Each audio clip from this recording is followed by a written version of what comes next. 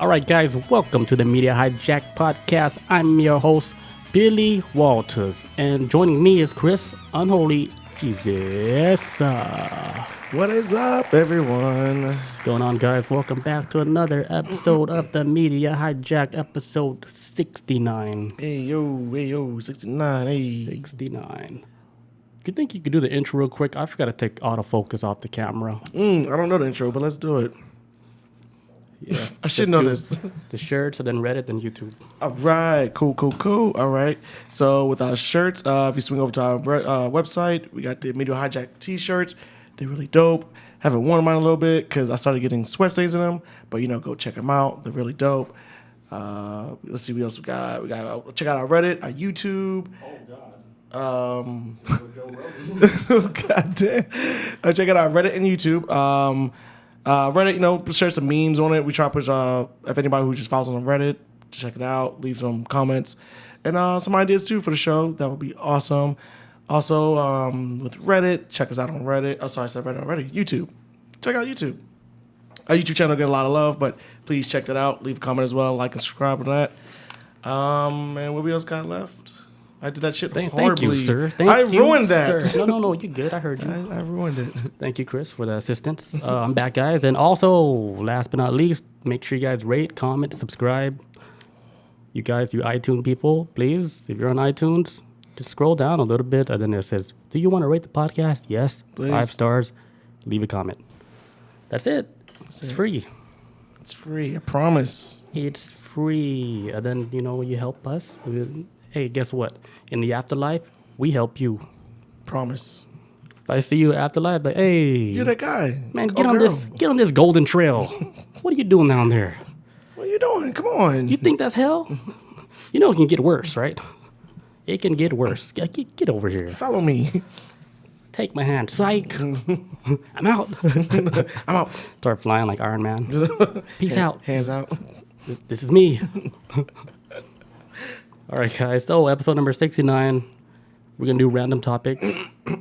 We found a whole bunch of topics from all around the internet. Mm-hmm. And then we're just going to run it because I was getting burnt out with these main crazy topics. Dude, it is tough. It is getting stressful, man. It's hard. Yeah. Because I think we nailed everything. Like, What we did else everything. We have to wait to, I felt like a couple weeks ago that with this podcast, we have to wait for the world to catch up to us at this point. Mm-hmm. We done it all, man. Like what? We're like 15 years ahead. Yes, it's like of humanity. And past that some more too. Like yeah. Meanwhile, everybody's doing the milk crate challenge. Yes. The shit that just started out of nowhere. I was like, man, we're going backwards. Oh my god! I saw the first video last week. Or I think it might have been right before the weekend started. Mm-hmm. Saw the video. I was like, oh, okay, that's kind of funny. Yeah, I thought it was a one-time thing. Then next thing you know, all hell broke loose. Yesterday and today, it seemed like there's been like an influx of just massive crate challenge videos now, to the point where I think today I was reading a story where they was doing a milk crate challenge in some hood, whatever hood ass area. Ellenwood. And 2 people got shot there and killed. So there it is. Wow. That's it. As fast as it started, it's gonna end now. Cause how do you get shot doing a milk crate challenge? I don't know. I saw the video the guy was recording. Actually, I saw it on Reddit. Shout out to Reddit. That's wild. They were showing the video and the guy's recording. The guy's going almost to the top, and I hear like, do. I was like, and the guy with the camera's like, oh shit, do. Oh, and he just gets behind the car and like, do. They're shooting him. 2 people got killed. Fuck. I wonder if it was the person that was walking up the crates, because that dude was up. The dude was up there. He had some height. Man, these gang members shouldn't be doing these challenges. Hey. They're exposed. What was it? The CIA. They had it again. They're vulnerable out there. Fuck. I saw something. Somebody sent me a meme. Was it? No, somebody. I saw a meme yesterday, and it was like, "Our man says black folks don't want to take COVID." CIA gives them crates, like they'll do it. Like, this is it. So they want to get the vaccination shot. We'll give them crates. It's like we funded these rap videos for these guys to take the vaccines. They're still not doing it. He's like, man, hey, we got to go Plan B. He's like, we try to wipe them out with drugs in the 80s. We try to wipe them out with everything. They keep bouncing back. Stronger than ever too. God damn. Now they marching and shit. bring out the milk crates. Get the milk crates. And now motherfuckers getting shot. So, no. I saw one where this dude climbed to the very top. You saw this one? And this kid runs up and kicks that shit. Yeah, I saw that. That was fucking horrible. Disrespectful. Man. But he made it too. Yeah, I was like, come on. You just had to cross over that other side because that top part's the hardest, and then step down. His heart was already pounding. Meanwhile, this kid's like, fuck it, I'm a kid. I'm going to do this. Does the Chung Lee kick on them fucking milk crate boxes, and then the dude falls sideways. Yeah, like the way they fall, they almost like they're going to get paralyzed. Man. So there's one big Mexican dude. He fell like his head like bounced right off the ground. The big fat one, right? Yeah, the big dude. Yeah, big boy. Can you imagine like 300 pounds like fucking falling? That's like a truck falling. I'm like, run. But you're the truck. Get out of here. Shit, that's a lot of weight, and then your bones are probably okay because all you're doing is just absorbing the impact from your body. Your bones is like, what was that? Oh, that's nothing. Bones go back to sleep. He's like, I never seen like a fat guy like broke bones like that. I think I have. It's like, oh, I broke my arm. No, you didn't. I think I have. I was not to the point where it's like tore through skin. It's just like, ooh, it's like a bump. Damn, like a little mosquito bite. Normal people would be like, ah, shit. Big person. Snap. It's like, it's just like a little knot. But Imagine yeah, like surgery, they got to cut all that meat. Man. Damn. Get that shit you cut ham with? No, let me stop playing. Get the thin slice. Like, yeah, the thin slice. Yeah. Let's stop, man. We tripping. But the meat chop. But that shit's been the shit done taken over the fucking internet so fast. Yeah, it's so weird. The thing that's so weird about it is the milk crates. Like everybody just had milk crates lying around. Like this is one of the weirdest to me. This is one of the weirdest challenges. Well, I thought the only people that had milk crates was like my parents. So yeah. I'm assuming this is a black thing then. This shit didn't make sense. Like black, because like that's what it is. Black folks have milk crates. Because if you ever go to the hood or any type of shit, and you go to something like a basketball court where somebody done broke the fucking rim or something, they usually replace it with a milk crate carton. And they just cut the bottom. Yeah, I saw that. Like, damn, I never thought about that. We got that shit. Damn, we exposed us. I didn't know. I didn't even think of that. But to stack them up like a ladder and climb, that shit doesn't make sense. Like, who wants to do that for fun? You see the guy who was like rolling a blunt and when he did it? Mm-mm. I've seen some of these fucking videos, folks. It's not. I've seen so many of this shit. It got to a point I got sick of it last night on Instagram because every time I was going down. Oh, you were watching it? Like, Snoop Dogg had a video. I'm like, okay. He done post like 23 of these fucking videos or some shit. I'm just going. But this one dude, he's like rolling a blunt. Crip walking. Then he like walks up and he gets to the top. And then he's like walks down some more. And then starts like, licking the blunt and everything. He rolls it up. He gets down to the very last box. He's standing on it. He was like, get that motherfucker a light. And they give him a light. He's like, and he steps off the last box. I'm like, ah! Oh, shit. And he rolled the blunt the whole time. It was amazing. Damn. That's wild. Yeah, that's it. I'm not one of those guys that do challenges. No. I think the only challenge I did was planking. I was like, I'm doing this. Watch out. Then I saw I think I sent you the picture. Somebody planked on top of the McDonald's sign. Yeah, I saw. I'm like, fuck, is he still alive? That's from back in the day. Yeah, that shit was crazy when people start dying. Yeah, people planking on top of buildings like, this is falling off. All these legendary spots and shit. Yeah. Like, hold on, man. That's a cool spot, but dude. Hey, man, it's better to look at it, man. Get down. Yeah, I was like, you can Photoshop that too without fucking without risking your life. Yeah, back then when planking was around, it was the earlier days of the internet. Until, at least my opinion, we get away with Photoshop. I think. Yeah. I think more people would fall for it back then. Yep. You want to do the first story? Oh yeah, sure. Episode 69, guys. Let's get it. My first story. Okay, this is actually really good. This is from livescience.com. Alien abduction stories may come from lucid dreaming. Study hints. So, wait, hold on, my bad. Okay, so this first story. Alien abduction stories may come from lucid dreaming. Study hints. So, all right. So there's like this study place. I think it was out in Moscow or some shit, right? Some kind of research center.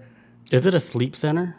I think it might be. Where they're collecting people's dreams, and then they all start having the dreams of like certain type of aliens. What I was trying to, because I couldn't really figure out a lot with this place, is they were bringing in people with dream. Well, they started going over stories, and yeah, you're pretty close to what I was about to say just now. They started doing research there, figuring out like, hey man, when people get abducted by UFOs, it's usually always the very same thing, very same manner. The type of fear they get. Sometimes they get feared with like, just being paralyzed in their sleep. It kind of goes to the same type of emotion because the people that believe that was actually abducted, like driving down the road with like, me and my wife, and then, and then all this, it feels like I was in a dream. Yeah. So they're all saying like, hey, you know what? And maybe they just had like a lucid dreaming. Well, that is actually either connected through lucid dreaming or something in some kind of way where they're dreaming that they've been abducted and they never really weren't. And so I think some cases might be like that, but not all of them. I got a theory on what the fuck it is. Shout out to Fourth Kind because they put me on this shit. Fourth Kind. Remember that movie with the chick from Resident Evil? Oh yeah, with the kid and shit. That movie put me onto like different types of abduction, not the 1950s saucer coming down and snatch you up. Whoop, whoop. So at this research center in Moscow, they took like 152 people. Oh yeah. And they brought them in a room, and I think like 114 they only accepted. Well, out of 152 that came in, it says they brought in people who do self-proclaimed lucid dreaming, because you can't really prove that somebody has lucid dreams. It's only if they say they have it or they don't. You just gotta take their word for it. But they want to bring like 152 people in, and out of the 152 people, 114 of them had dreams of abductions. What they had to do with the lucid dreaming was that they had to actually what is that? What's the word I'm thinking of? They basically like they have to get into REM sleep. Yes, and they have to summon the UFOs to come down to them. That's what they wanted. Like what the researchers wanted. It's like, hey, when you reached into the REM sleep, and since you have like control of what's going on within your dream, summon the UFOs down, and then tell us what happens throughout the course of your abduction. Yeah. So out of 152 volunteers, 114 people actually got that goal of contacting like aliens and stuff. So and they all describe like the same thing. Yeah, almost like completely, almost from like beat for beat of things where they're sounding like, even out with this research, they're saying like sleep paralysis may be tied to something like this as well. Yeah, because the whole shit was devoted for like people who lucid dream and people who have sleep paralysis. So if you're like already getting sleep paralysis, you could join that little the lucid study dreaming. group. Yeah. That reminds me of like another TV show on Netflix. It's called the OA, and they had like this one scene where everybody came to this one center where they were collecting people's dreams. Yeah. And for some reason, like they were looking for somebody that had like some type of dream where it connected to like some type of alien race or shit. Oh. And it was so fucking crazy. I remember that show. I never watched it. It was about aliens? It's deep. It's more than just aliens. It's like parallel reality. They were doing like these sacred dances where they were able to fucking travel into another dimension. And then they're in like they play a role like in once they reach a parallel reality, they're in their own body, but as a different person.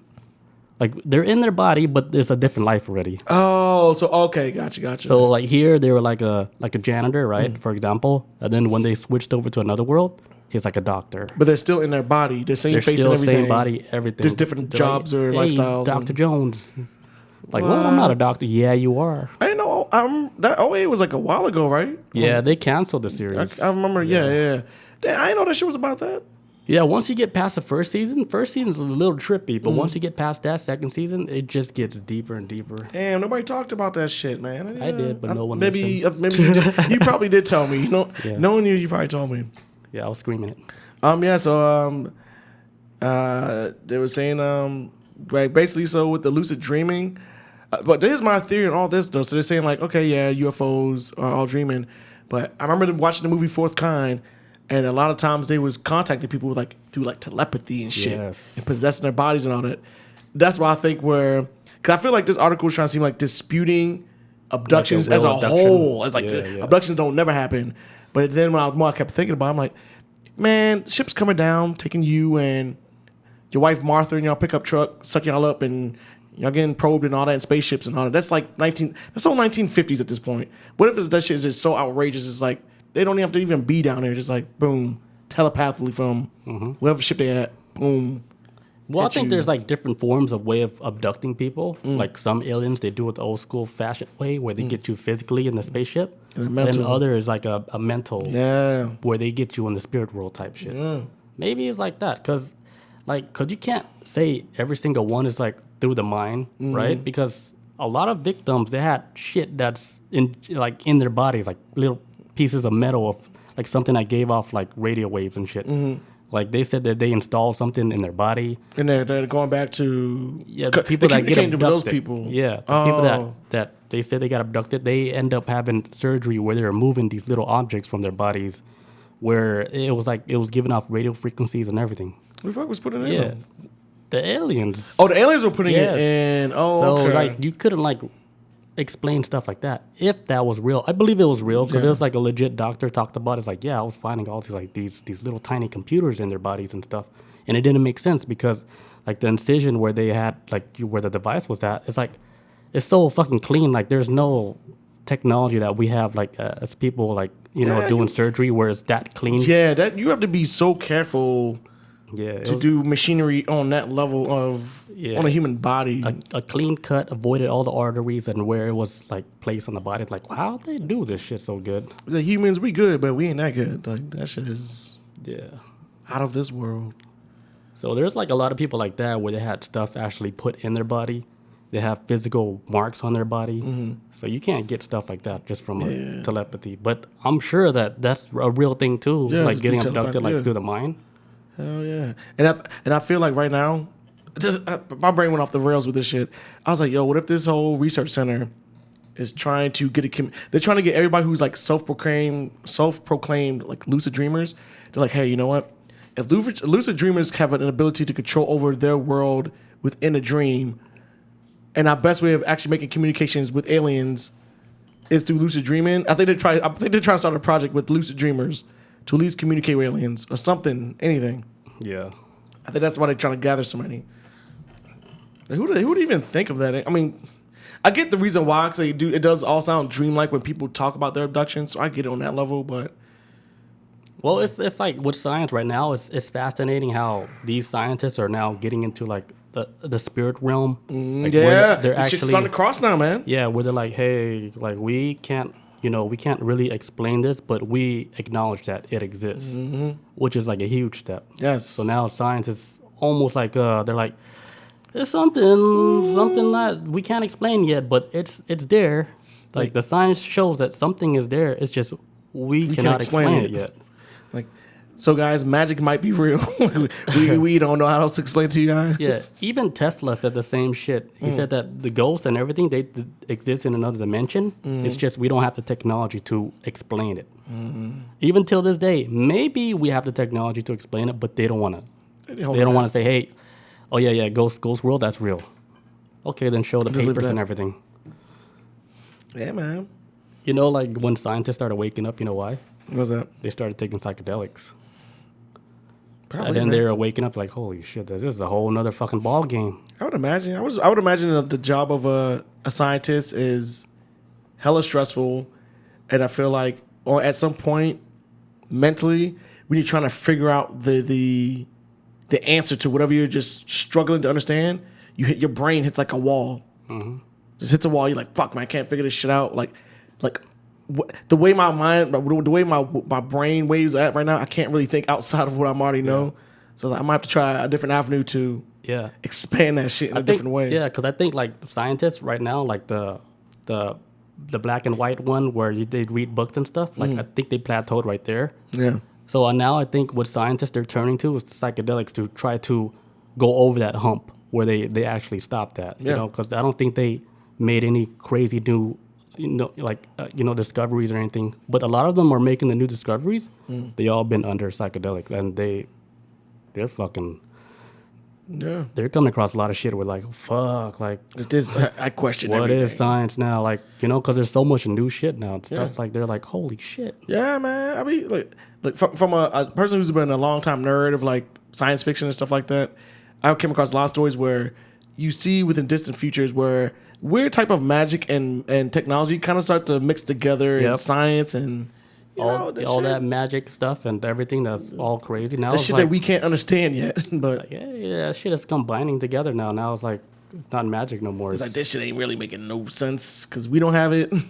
Start walking through walls and shit. Oh. It's like, see, if I put my body at this certain frequency, I can walk through a wall. Boom, this dude's running through walls and shit. Boom, phasing Got a right through fucking walls. scientist with glasses running through a wall in the lab. Like, holy shit. I'm like, shoot it. Fuck. We did something, guys. So it's cool. I like this direction that we're going and shit as far as like all these new discoveries. And I know like a lot of scientists, they're explaining like the way like how our body is, our DNA and everything. Everything's completely different now. Like they use like a lot of words like, you know, our body reacts to like feelings and how our body can change from sound. Like just certain sounds DNA, that you hear. And certain sounds you hear, it actually manipulates like your DNA. Your DNA structure is changing like simultaneously. Like if you're listening to like a lot of positive vibration music. Yeah, that was like a long time ago. I remember hearing this probably in the late 90s, maybe early 2000s. Where this is probably older than when I heard about this, but I remember hearing stories about, well, if you got a baby, play like Mozart or some shit in the bedroom while the baby's in the crib. Supposedly it makes it more intelligent or something. I don't know how it would. Yeah, because I would think like listening to frequencies of like classical music like that, it changes like the water frequency like in the mom's body. So when she's developing, like if her body is developing in good water, right, it's gonna make a smart, clean child that has a strong brain, you know, where all the circuits are lining up perfectly. I don't know. It's so crazy. It is, man. I mean, just with even with classical music, I think that shit is so good sometimes. Where, granted, there's some classical musics I listen to and they're long as fuck, but it feels like a movie with, I don't know how to explain it. It feels like there's a beginning, a middle, and an end when you listen to it, and it's like, okay, now this is the end because. Just certain things, man. It's good. I have some that's like fucking 60 minutes long. Oof. And if you're on like a mushroom trip, it's a whole fucking movie. Like you'll take all these just like you're riding a roller coaster. Like everything's all cool. Now it's fucking crazy. Yeah, it's a wild. You know what? Okay, this is one time when I took a trip, and I was playing classical music, but I started thinking of like I tried to do like a weird lucid dreaming type combination with it. It was weird, but I was kind of like, okay, I'm feeling myself getting tired. Okay, let me imagine myself, I don't know, in the Dark Ages, like with Merlin and like dragons and shit. I was like, let me see. But I was like, let me just think of like, based off the music, I'm gonna just think of like a story that goes along with the music. Like, okay, I'm running through like a field of like, there's like flowers and shit, and I'm there with a beautiful girl. Then dun dun dun dun, dun there's the fucking dragon show up. But it's like a whole movie that goes in my brain. I just go with like just I wouldn't say the tempo of the song, but it's just like an epic movie that goes down to my brain. I love it. Yeah, classical music, it hits different, like when you're under something. Hell yeah. Is that it for that dream? Yes. That was actually my favorite story I came across. That was awesome. You know what's crazy? I got that story in my notes from episode 66. Oh, I found shit. It too. Yeah, I found it. Yeah. Yeah, because I was one of those like, because I saw you like look at your computer, you trying to show me, I guess. But I was reading. I was like, yeah, REM sleep. 156 something people. I was like, he was here. It was when we had a long episode, and then I had no time to share it. That was a good topic, though. Yeah, it was good. I'm gonna take a leak real quick, guys, and then when we get back, we're gonna talk about OnlyFans. Oh yes, stay episode tuned. 69. Let's go. What's going on, guys? Here's the book I was talking about. Oh, you got it? Yep. You just got this, huh? Yeah, I just got it yesterday. Yeah. Paulo Coelho. I'm gonna read it for myself and see if like it live up to all that hype. Yo, let me know what's up with this. Yeah, I'll get it too. It's a short, easy. It's an easy read.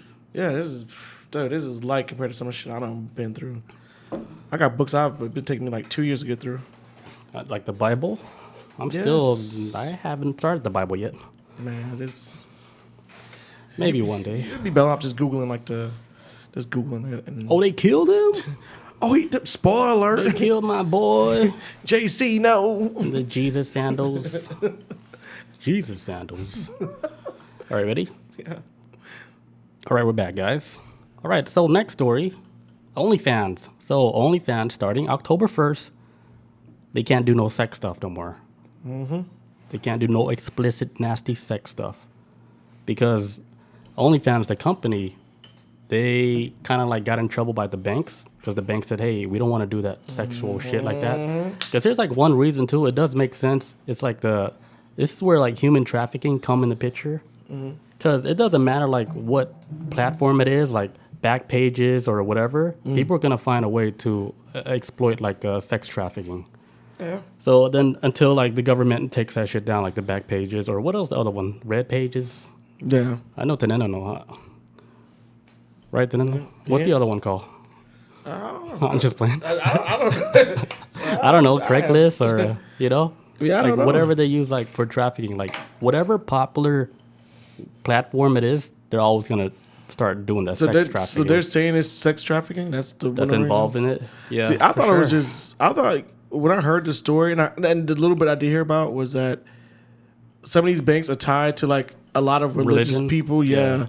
And as soon as I heard that, I was like, all right, that's it. That's all I need to hear.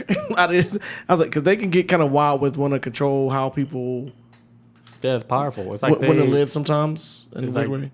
I'm not saying that like real sex trafficking ain't gonna be on no goddamn OnlyFans. I promise you that. That shit is so entwined in this world. It's so deep. It's OnlyFans would be such a that's nothing. That OnlyFans is for It's happening though.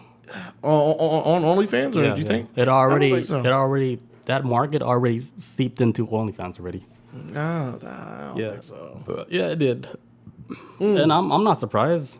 Like, so sex trafficking of children or grown ass women? I mean, not that it matters, but I mean, because like I don't think children. I don't think they'll play it like that. Children, they're more like you got to get a different platform for that. Ask the rich people. I don't know what platform they use. They probably still use beepers for that. Fortnite. Yeah. They use like the game lobbies and shit. But yeah, so a lot of people they're upset. Like the creators on OnlyFans are upset, but they're blaming like the company for it. Like, we made you guys billions of dollars, and now you treat us like this. So what am I gonna do? Like, I'm a single mom. I got 2 kids. I use OnlyFans to pay all her bills and stuff and feed her kid. Like, everybody's gonna have a story like that, of course. Their sad story of how they're struggling and they're using OnlyFans. So you're for it being shut down on this sexual level, or I don't care about for me, like, if it's like that, like, I say leave it alone, because no one's getting hurt by this, are they? The only people the greedy people is always the banks have to step in and then try to stop people from making money. Yeah, and I heard they was shutting it down because of religious folk. As soon as I heard that, I was like, wait, churches and religious people involved? I was like, all right, done, because they get kind of weird sometimes when people live outside the boundaries of their morality. I know plenty of people that was making bank off this OnlyFans shit. Just like, feet pics, boom. You want to see one boob? Boom, 1,500. Yeah, I don't know anybody. Yeah, I know a couple people, and Did you subscribe to them? hell no. You know people that's on there and you didn't subscribe? I've seen their boobs in real life. Oh, okay. What's their thing? What's the name? Look them up. But really, like, there's people that I've known. Type it in the chat. You guys got a friend? Type it in the chat. No, but there's people I know who are OnlyFans. I'm like, all right, bro, they making bank off of it. Shout out to them. But I ain't paying money for it. Like, if I know the person, I would not subscribe to it. Yeah, that's like, why would? Well, for one, all the people that I know who did it, I was like, hey, look, would you like me to subscribe? What do you want me to do? Because I'm trying to support. No, you ain't got to. Cool. I didn't see it all. I'm good. Nuke Them All says it was a safe work environment for sex workers. See, that's the big positive thing. Yes. Like, it's a whole lot safer than doing all the other shady stuff with sex. Man, I had one of my friends. She used to be a stripper, and now she's working on OnlyFans. Way safer. That stripper lifestyle can be very fucking crazy. You can pick your schedule and everything, right? Like, you pick what you want to post. And it's like, well, it's a drug-ridden life, too. And it's kind of like a lot of seedy shit going on in the life of a stripper. Like, well, shit can be going down in them type of places. OnlyFans, you doing your home. Motherfuckers gonna send you $2,500 for a feet photo, man. Fuck. I would put a toe ring on and be like, cool. You like this, Steve? Yeah, like not Cool. only like Have fun jerking off to my feet. yeah, not only females are making money, but guys are making money too. Yeah. Dudes out here like riding Lamborghinis and shit because of their OnlyFans page. Hey, That's crazy, man. you know what? I don't blame anybody for OnlyFans. I blame how shitty it is that people get paid to work. If people got paid better, I promise you, OnlyFans would be obsolete. But I mean, we got people dropping out of being like. I think that one of the most biggest stories that came out of OnlyFans ever was that chick that was a nurse, who she stopped being a nurse. She literally just resigned from being a nurse and made OnlyFans her full time thing because she was making more money doing OnlyFans than being a nurse. So I mean, shit, man, motherfuckers want to spend money on it. Yeah, that's wild. We live in crazy times. Oh yeah. Very crazy times. Well, shit. There's one point. It might throw the balance off, like with how the way the structure is already built. Like this shit can single-handedly like ruin the whole society. Like if you think like 10 years down the road, if nobody's doing like real jobs anymore, and let's say like OnlyFans was just the way people were getting income. Oh yeah. But then the whole structure, like everything around you, start becoming like shit. Yeah, but it's like nobody's in the hospitals no more. Like they're short. Everybody that's supposed to do like the traffic signs, they're short. Like so we're gonna. I mean, I don't know. No. People aren't cutting grass no more because I believe you because when I went to the post office today, the first thing I saw on the front door was like now hiring. If you show up right now, we'll Damien hire you in spot. Almost like that type of shit. Like this shit. These signs are everywhere. it's happening. Motherfuckers like, But not because of the OnlyFans thing, but how much money they're getting on unemployment, which is more than what they were getting paid yes, working at restaurants or whatever. So that's where the problem comes in. Is like, do you not need to stop paying these people more in order for them to stop needing because unemployment? That's where the thing comes in. I went to McDonald's the other day. I saw the sign, right? It says, now hiring, starting pay $15. I was like, whoa. I was like, what the fuck? McDonald's? McDonald's is doing that? Yeah, because people aren't working. They're so short staffed. Here's like another. I went to my favorite wing spot, right? The cook, which is the owner. There used to be like couple cashier people there like all the time. Yeah. Now, for the past 3 weeks, it's him taking phone calls, cooking the wings, and taking my order and everything. Like he doing everything he does solo. the cash. Yeah, it's one Asian dude by himself. Man, that sounds This like the one down the street too, like my favorite wing spot. next to the gas station. No. It's a different one off the Stockbridge. It's called Ruchadas. Okay, I think I'm about Yeah, and he's running a one-man show. And then like a couple of days ago, like I went there, right? It was him and his grandpa, old grandpa, with the apron on. Brought him in. I was like, holy shit. And then, I saw the sign on the doors like, hey, we're even hiring students. Like, we need help. Anybody. Because they don't want to work anymore because they're getting so much more. Like, they used to get I think 600 unemployment a week. Yeah. But now they chopped it down to like 300. I mean, you guys can correct me, but this is just what I read. Because, I mean, I don't know. Yeah. Even my brother, like, when he got laid off, he was getting like a lot of money. So he wasn't working for like almost a whole year. That COVID shit last year, one of my homies, she was a waitress and was laid off due to COVID. And I guess the state, depending on what your job was in Colorado, because that's what she says, depending on what state you was living in, they was going to try to figure out, okay, so you make, actually, I'm sorry, not the state, but basically, like, depending on what job you work, they was going to give you that much amount or try to match it, I guess, similar to with your unemployment. But they was overpaying her more than what she was making as a waitress. She's like, I'm making way more than I ever would have as a waitress because they don't understand that the level of tips that we get. They understand that when the minimum the amount that we make, but as far as tips, they don't really calculate. They don't really understand how much we make in tips, and so they're overpaying us more to try and compensate for tips. But we don't really make that much in tips on that level of what they're thinking. So she was living way better than what she was than before she was a waitress. And I see it now a lot of ways too. Is that I don't like like I was saying before with my story trying to get disability. I don't feel like you have to. I'm not a big fan of like scrounging and trying to get like something just to not survive. But I guess the word I'm thinking of. I'm not really a big fan of abusing a system that's set up for people that need it. You know what I'm saying? But on the flip side, though, when you have a system that's not really being held up to for people to actually even to be able to live, then it's gonna be an influx. The COVID exposed how much like people are not making it out there by relying. People like just staying on unemployment and don't want to go back to work. So that's just me on it. So the world's changed, man. 2020 is fucking done. I said this the other day at work. From 2020 to 2029, it's a wrap. This decade is gonna be a mess because it's too much shit starting to become exposed on how people live their lives now and what's going on in the world, and things are gonna have to change within this time frame, I guess. Like for sure, the balance is off. It's to me, it's incorrect right now. Yeah, everything is wrong right now. For real. Like I can understand like both sides. Yeah, I can understand working at a restaurant like Nuke the Mall says. He says I'll never work at a restaurant again. Yo, this shit's horrible. I don't even work there, but I've dated girls that work there. It's fucking horrible. It's bad. But like people that's quitting those jobs, you know, we're actually destroying like everything that was built up like that. So if this continues, right, our society is not going to be the same shit no more. It's going to be a whole different ballgame, and it's going to be more difficult if people don't uphold and work these jobs. Right. Oh, for sure, and that's why I'm like, it's gonna be a big fall down. Oh, it's gonna be horrible. Yeah. It's gonna crash everything. It's cool right now, but right now. Think about the long run. We're in 2021. Nobody works anymore. Like, dude, we go outside. We're trying to get something. It's not gonna be the same no more. I'll put like then this. Where's all the money gonna come now? Now nobody could afford OnlyFans no more.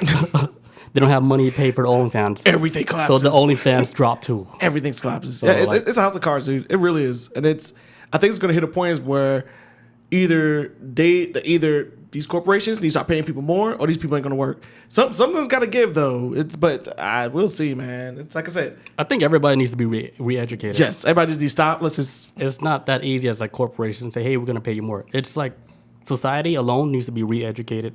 Because I don't know how people are thinking now. Like, if I read some of the comments on the internet, I'm like, hold on, man. These are adults talking like this. It boggles my mind how much no common sense there is. Yeah, and it's scary. It's very scary. It definitely needs to be an open discussion about, as far as employment in America, what we can do from here. Because when you got fucking nurses and people got jobs that they went to school for quitting for OnlyFans, it's because they making more money off of it. Yeah, it's a weird thing. But that's not nurses. Nurses make a lot of money. Like that's not like a. It's not like a criminal. That's like one. That's all like one story. Yeah. Maybe a couple other nurses did that, but it's not on a mass scale. Because nurse is actually a really good job, good paying job too. So I mean, they're making baller money. Imagine they have to like, oh shit, I got to create content to make money. Like, come on, like no, I just want to clock in and work because there's more people like that than there is people. Oh, for sure, yeah. Trying to do the OnlyFans stuff. Oh yeah, that's for sure. Cool. That's like people like if I can make more like this, I'll do like this. Yeah, because I've heard stories, and maybe it's the media trying to push OnlyFans out there. It seems like this is where all women are running to right now to get more pay or employment. Because I always see so many stories about, well, not so many, like I'm gonna say like it's 1 billion, but stories that would get pushed out to the front of where teachers would quit, or like teachers was doing a side gig of being on OnlyFans, and they would get fired for being a teacher type shit. So like a high school teacher, something like that, yeah. So I could understand like a professor in college getting fired or doing that. But a teacher like teaching like little kids, and then little kids finding out, and high school kids gonna be elementary kids, they're bad, dude. I don't know if you give an elementary kid an iPad, done. You think he don't see no crazy shit? I'm sure he does. I see a lot of shit at my age. The way like Jara talks, I'm like, dude, you talk like a teenager. Oh my god, bad one too. Man, my godson does bad teenager. My godson does the same thing. He talks like a teenager now. I'm like, gee, you're 7 now, and you're sounding like. And he's trying to slap your cheeks. 14, 15. Yeah, he saying some wild shit to me. I was like, why are you? Yours is crazy to mine though, but. Yeah. But people grow up fast out here now. My nephew, maybe 4 years old next. Maybe 5. I don't know.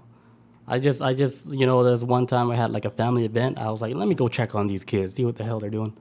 I went downstairs and then I was trying to rustle him. And then he was like, watch out, bro, before I slap your cheeks. I was like, hold on.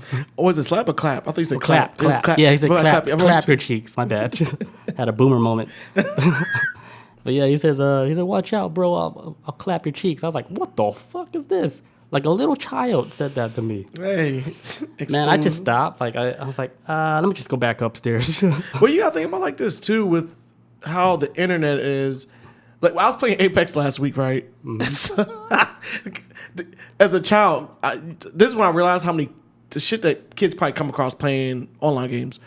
So I was playing Apex last week, playing the game, and this little kid's like, "Hey, my name's so and so. What's your name?" I was like, unplugged my mic. I was like, I ain't talking to this kid. Cinderella. And I just kept playing Apex or whatever. And then I remember in one match, he was like running somewhere. This little kid, because he kept talking to me after that. He's like, "Hey, what's your name?" I say nothing. Unplugged my mic. He's like, "I'm 10 years old. Do you want to be my best friend?" I was like, "No, cop." I was like, "What is this, Chris Hansen? What is this? why you pressing me, kid?" But he really wasn't. But hey, I'm 10 years old. Talk to me. Because my brain was thinking like. So when they show in the court records, like, well, he said his age, so he knew that. How to catch a predator. Yeah. I got mad paranoid. I was like, okay, I ain't gonna say nothing to this kid. So I was playing, and then one point he was running off in a direction, and I knew somebody was running that corner. I was like, fuck, I put my mic. I was like, "Hey, yo, you right, yo, that motherfucker, nigga, turn." He's like, "Thank you." And I was like, fuck, how many kids come across people like now, me? What's your name again? Yeah. And he sent me a friend request. That's a cop. That's a fucking cop, dude. When they try to push conversations like that, like they're putting their fishing pole out. They're trying to put that bait. They're trying to catch a predator. You know? But I haven't heard from that kid since. So that was... Yeah, like, dude, the cops, man, they're swarmed on Fortnite because they know Fortnite got the most pipe. Where's that? Yeah, that's where it's at. That's where it's at, man. Oh god. Yeah, that's where it's at. Fortnite got the most pipe. Fuck. That's where it's at, man. That's so nasty. That's disgusting. Oh shit! If you have kids, man, love them, protect them. Like, watch what you're doing on the internet, man. That shit, like, I know, like, they use like iPad and the internet as something that distracts their kids, so the adults could do whatever they want. But then you know what the kids... Like, I'm tired of hearing your mouth, Billy. Here's an iPad. Do whatever the fuck you want. And then the adults get to do whatever. Yeah. That's how it is. It's like, don't bother me, I won't bother you. Hey, I've seen my godson operate on that same manner. Meanwhile, your godson is on the dark web. Sure. He done came across a bunch of shit on that damn iPad. Yeah, watching murder videos, and you're like, what the fuck? Like, and now, how are you going to be when you're an adult? Like, what is your mind going to be? How are you going to function as a human? Yeah, like, they'll be so numb, and on top of that, they might kill people because it doesn't bother them. It's like that one serial killer that called Howard Stern live on the radio. Dude, I just saw that recently. I got a weird recommendation for that. I saw it a few weeks ago. A few weeks ago. They weirdly recommended me that video, and I clicked on it, and it was actually really interesting. Yes, it was really good. Crazy. It's crazy, yeah. He's talking about like, I killed a prostitute here. And Howard's like, okay, where at? Like, Howard trying to be detective on that shit. Man, Howard is so good. He's good, man. He's the OG. He is one of he's best. Still one of the best like radio guys out there, like all time. Like how he talked to his listeners and shit. I haven't listened to him since he went to XM Satellite. Yeah, that was back when I was a teenager. I think when he went to XM, that was his technique, how he talked to people. I was like, damn, this guy's a good ass radio host, man. He was the only white guy that would say the N word on his show. And then nobody would attack him for it. That's like he was just kind of like, that's Howard. What happened to Howard? Like he's not doing his radio show no more. Or I think he still is. I think he's on XM Satellite though. Oh man, he's on that hard spot. He need to jump out and do that podcast shit, dude. Yeah, he old school, man. He like early 60s. He ain't on that direction. You know, the minute, like I think the only other celebrity that can top Joe Rogan's podcast would be Howard Stern. It might trump his shit too. Over Howard Stern's? I would say right now, yeah. If Howard Stern decided to do a podcast, that shit will fucking blow up. Dude, I'll be back on Howard Stern again. Yeah, everybody be on there because he's so fucking wild, good. Man. He's so wild. So that serial killer was like, he's like, yeah, I killed like a few hookers like when I was like 14 years old. You know, he bashed their head like with a hammer. Yeah. And he said nobody ever really questioned anything. Like nobody even thought he was a suspect or nothing. So he kept doing it until like his adult life. And then he would ask like the hookers, right? Like, it's like, are you scared, like, doing this? And then they would laugh, and that would trigger him. And then that's when he kills them. And you know the way he do it is crazy. He hits them. He kills them with like a hammer. Yeah. Just and then that'd be it. Yeah. That was a horrible one. Yeah, I watched that shit. I was at work. I had to turn down the volume. I'm like, it's kind of loud. I was like, so like, do you have sex with them before you kill them? Like, of course, I will ask that question. Like, yeah. Like, most times I have sex with them, and then when I'm done, like, I'll kill them, and then I'll give them their money back. Mm-hmm. And then he said sometimes like he'll stick the money like in their up the butthole or some weird shit. Yeah. In the magic spot and stuff. Yeah. I was like, that's fucking disgusting.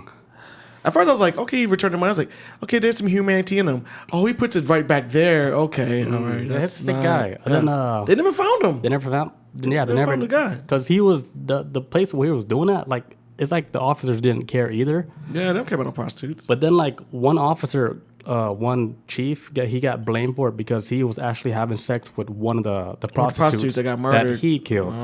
So he became like a suspect. That's right. So the officer became a suspect. But I forgot about that part. Yeah. So nothing like the dude. He's like scotch free. Like he's living his best life. The crazy thing about it, it's like this guy. He has like a wife, kids, and everything. Yeah, he living a normal life. A normal life.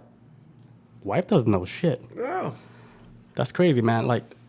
If you're married, check your husband, check your wives. Hey. They might have a secret life where they go out into the alley and fucking kill hookers. That's like the BTK killer. That dude was killing for like 40 years, but he was a counselor at a church. Had wife, kids, and everything. That's why I was saying, man, there's some balance. He was moonlighting as a fucking serial killer. They just caught him what? They just caught him not too long ago, I think. Maybe within the 2010s. Mm-hmm. Motherfucker been killing people since like the 80s, maybe 70s, and he's been like, hey, killing, like he. I think they're his first people. I ain't gonna get too much to it. I feel like way off track, but just people that just moonlight and stuff. You just don't know, man. You be marrying somebody, like, oh, they like killing people. Okay, married 20 years. I didn't know Chris Jones was a rapist murderer. He ate children. He loved tiny boys. See, I knew he was gonna go that direction. I knew he was straight from Chicago. Okay. Yeah. Now living in Atlanta. All right, so that's it. Well, OnlyFans. OnlyFans. Yeah. It sucks, like, for them, like, the people that's actually making bank. Yeah. Like, making millions of dollars a month. Like, that one Twitch streamer, I think she got banned off of Twitch. Delphine? No. What's the one with the chick who's always in the bathtub or something? And motherfuckers like she's like a toddler to me. She looked like a kid. It's like Delphine or something. She's like a Barbie this doll. one is different. This is a real Twitch streamer. Oh, actually, okay. Okay, like real people trying to do something. Real people. Okay. That have personalities. Yeah, not somebody or fake or not, but they have personalities. Yeah. And then she went on like OnlyFans, right? And then they're asking her questions like on the H3 podcast. They're like, so how much money do you make? And she's like, yeah, I'll tell you guys. I make like the first month she made over $1 million. 1 month. Think about that. Like as a normal streamer, whatever. Let's say like normal people. Let's say her stream, she's already popular. Let's say her stream makes like $4,000 a month or whatever. Mm-hmm. Now she makes like $1 million off OnlyFans. Like she makes more than what it cost her to get the shit going. Yeah, she said she made more like in 1 month than she did like 10 years streaming. Why would you go back to work? Which is still why would you go back to work? How much money did you make streaming in 10 years? That's a lot of money too. Yeah, but like, golly. $1 million though? Hey. I know, right? That'd be cool. Like fucking Mr. Beast drop by and just drop like $10,000 in the chat. You ever see those videos like that where Mr. Beast randomly? I've heard of it. Yeah. He goes to these random Twitch channels, and then it's like, oh man, look at this guy, so pathetic, man. Let me just drop $10,000. You know, like he'll do it on small streams and shit. Yeah. You know, because like giving money to somebody that's popular, it's not that cool. You're not really changing nothing. Yeah, but then we're talking about like it's like almost like we're trying to fish pole him. Come on, Mr. Beast. Come on, hit us up. Mr. Beast, I don't know. He's a weird guy. Yeah, like, I've heard of his weird shit. The amount of money that he give away is crazy. Would you take it? Would I take his money? Yeah. Yeah. Hell yeah, let's go. Yeah, cool. Drop it. Now I'm saying like how he does like his business and stuff. So crazy. But I think like it works out for him. Because he's giving out so much. It's like he'll never be broke ever. Because he got so many people's back. Like even if he never make another cent off of YouTube, there's so much millionaires that got his back. Like, he'll never go hungry ever. He good. He Don't got to do shit because he helps so much. It's like, dude, this guy has been. He gave everything, every cent that he makes from these videos. Is he forming an army? He's forming an I don't army. know. He might be Jesus. I don't know. He's like, for sure, he has like a good soul. Like, he doesn't look at money like that. You know, you don't see this guy driving fancy car. Maybe he got a nice car, or whatever. But he makes sure like his friends, they're all taken care of. That's how it is, man. And they're all ballers. That's how it is. That's how you do it. Well, I mean, even you don't see celebrities doing shit like this at all. No, they're too busy with. No, you guys make your own money. They're too busy with. I don't know what the fuck celebrities are busy with right now. Movies. Man, I feel like no movies will be coming out now. There's a lot of bad movies coming out on Netflix and HBO. It's bad. Man, I don't know. You seen Suicide Squad? I seen it. Shit, I love that. That's probably like one of my favorite superhero movies. That shit was so fucking funny. Yeah, with fucking John Cena. That one scene. Dude was so outrageous, man. The one scene where the guy, he was talking about like something with the parallel dimension and shit. Oh, yeah. John Cena's like, the fuck is that? It's like he don't know. Because he was getting all sick and shit. Yo, that shit. Polka Dot Man. Yeah, polka dot man. That fool got lit up. I love that movie, man. I had so much fun watching it. Yeah, that was cool. But like other movies, like Reminiscent with the Have you seen it yet? I Wolverine? haven't watched it. I've been like, It's dumb trying to be deep, but it sucked. The whole story, the whole script. It's like, who the hell gave this a green light to make a movie? See, that was one of the movies I was looking out for. I was like, Me okay. too. I was like, it's coming out in August, towards the end of August. Cool. And then the day it came out, like, was this past Friday. Yeah. It was one of the moments where I'd like dip my toe in the water, but I was like, I'm not feeling it. And then I backed away from it. I didn't watch it Friday. Someone was telling me not to watch it, and so I didn't. So I watched it. I was like, fuck, this shit sucked. I was like, I kind of wanted to be good. when I was watching, damn, it sucked. But then I was like, I'm gonna finish it. I was like, I don't need to finish this. Like, Is it long? it's long. Oh, God. That shit, dude. 30 minutes in, like, there's all the coolest part already happened in the beginning of the technology where they put you like underwater, like you're in meditation mode, and then he'll guide you into like a deep meditation to where you can recall past events that happen. So it's almost like an isolation tank or some shit, or Almost like an isolation tank. This is the same, similar, but the technology they have that made it different was they were able to project like the past like event that happened onto like a 3D like a 3D TV. Okay. To where they can actually see everything that you went through in the past. Okay. Like, for example, the Damn. girl was like, it's like a business, right? So people, they just go there just to look at their past. Like, this guy in a wheelchair, no legs. Every week he come in, he just want to go play with his dog. Like, in his past life. Like, in his past where he had legs playing with his dog. It's like, yeah, just send me back to the same place. So I can walk again. So I can walk, play with my dog again. Damn, that's just like that detailed? Yeah. And then like some people, they come in like to remember like the day with her husband. Like her husband passed away, so she's like, hey, let me go see my husband again and have sex with him. Just for like rich people? Yeah. So like they would watch them like have sex with their husband like every week because she come in, pay for the same amount because they pay hourly. Oh, It's like a business. Yeah. Yeah. We live that past memory. We live. Yep. Damn, that's actually, man. Hell, that shit would actually be, if that shit would happen right now, 2021, that shit would be such a lucrative business.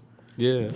So they were just sending people to like their happy spot of whatever their happy spot is. Man, like take me back to the time when like me and my dad were playing catch in the backyard. Do. They're saying like Assassin's Creed. Is Assassin's Creed like that? More or less. I think Assassin's Creed. Ooh, that's my play the game.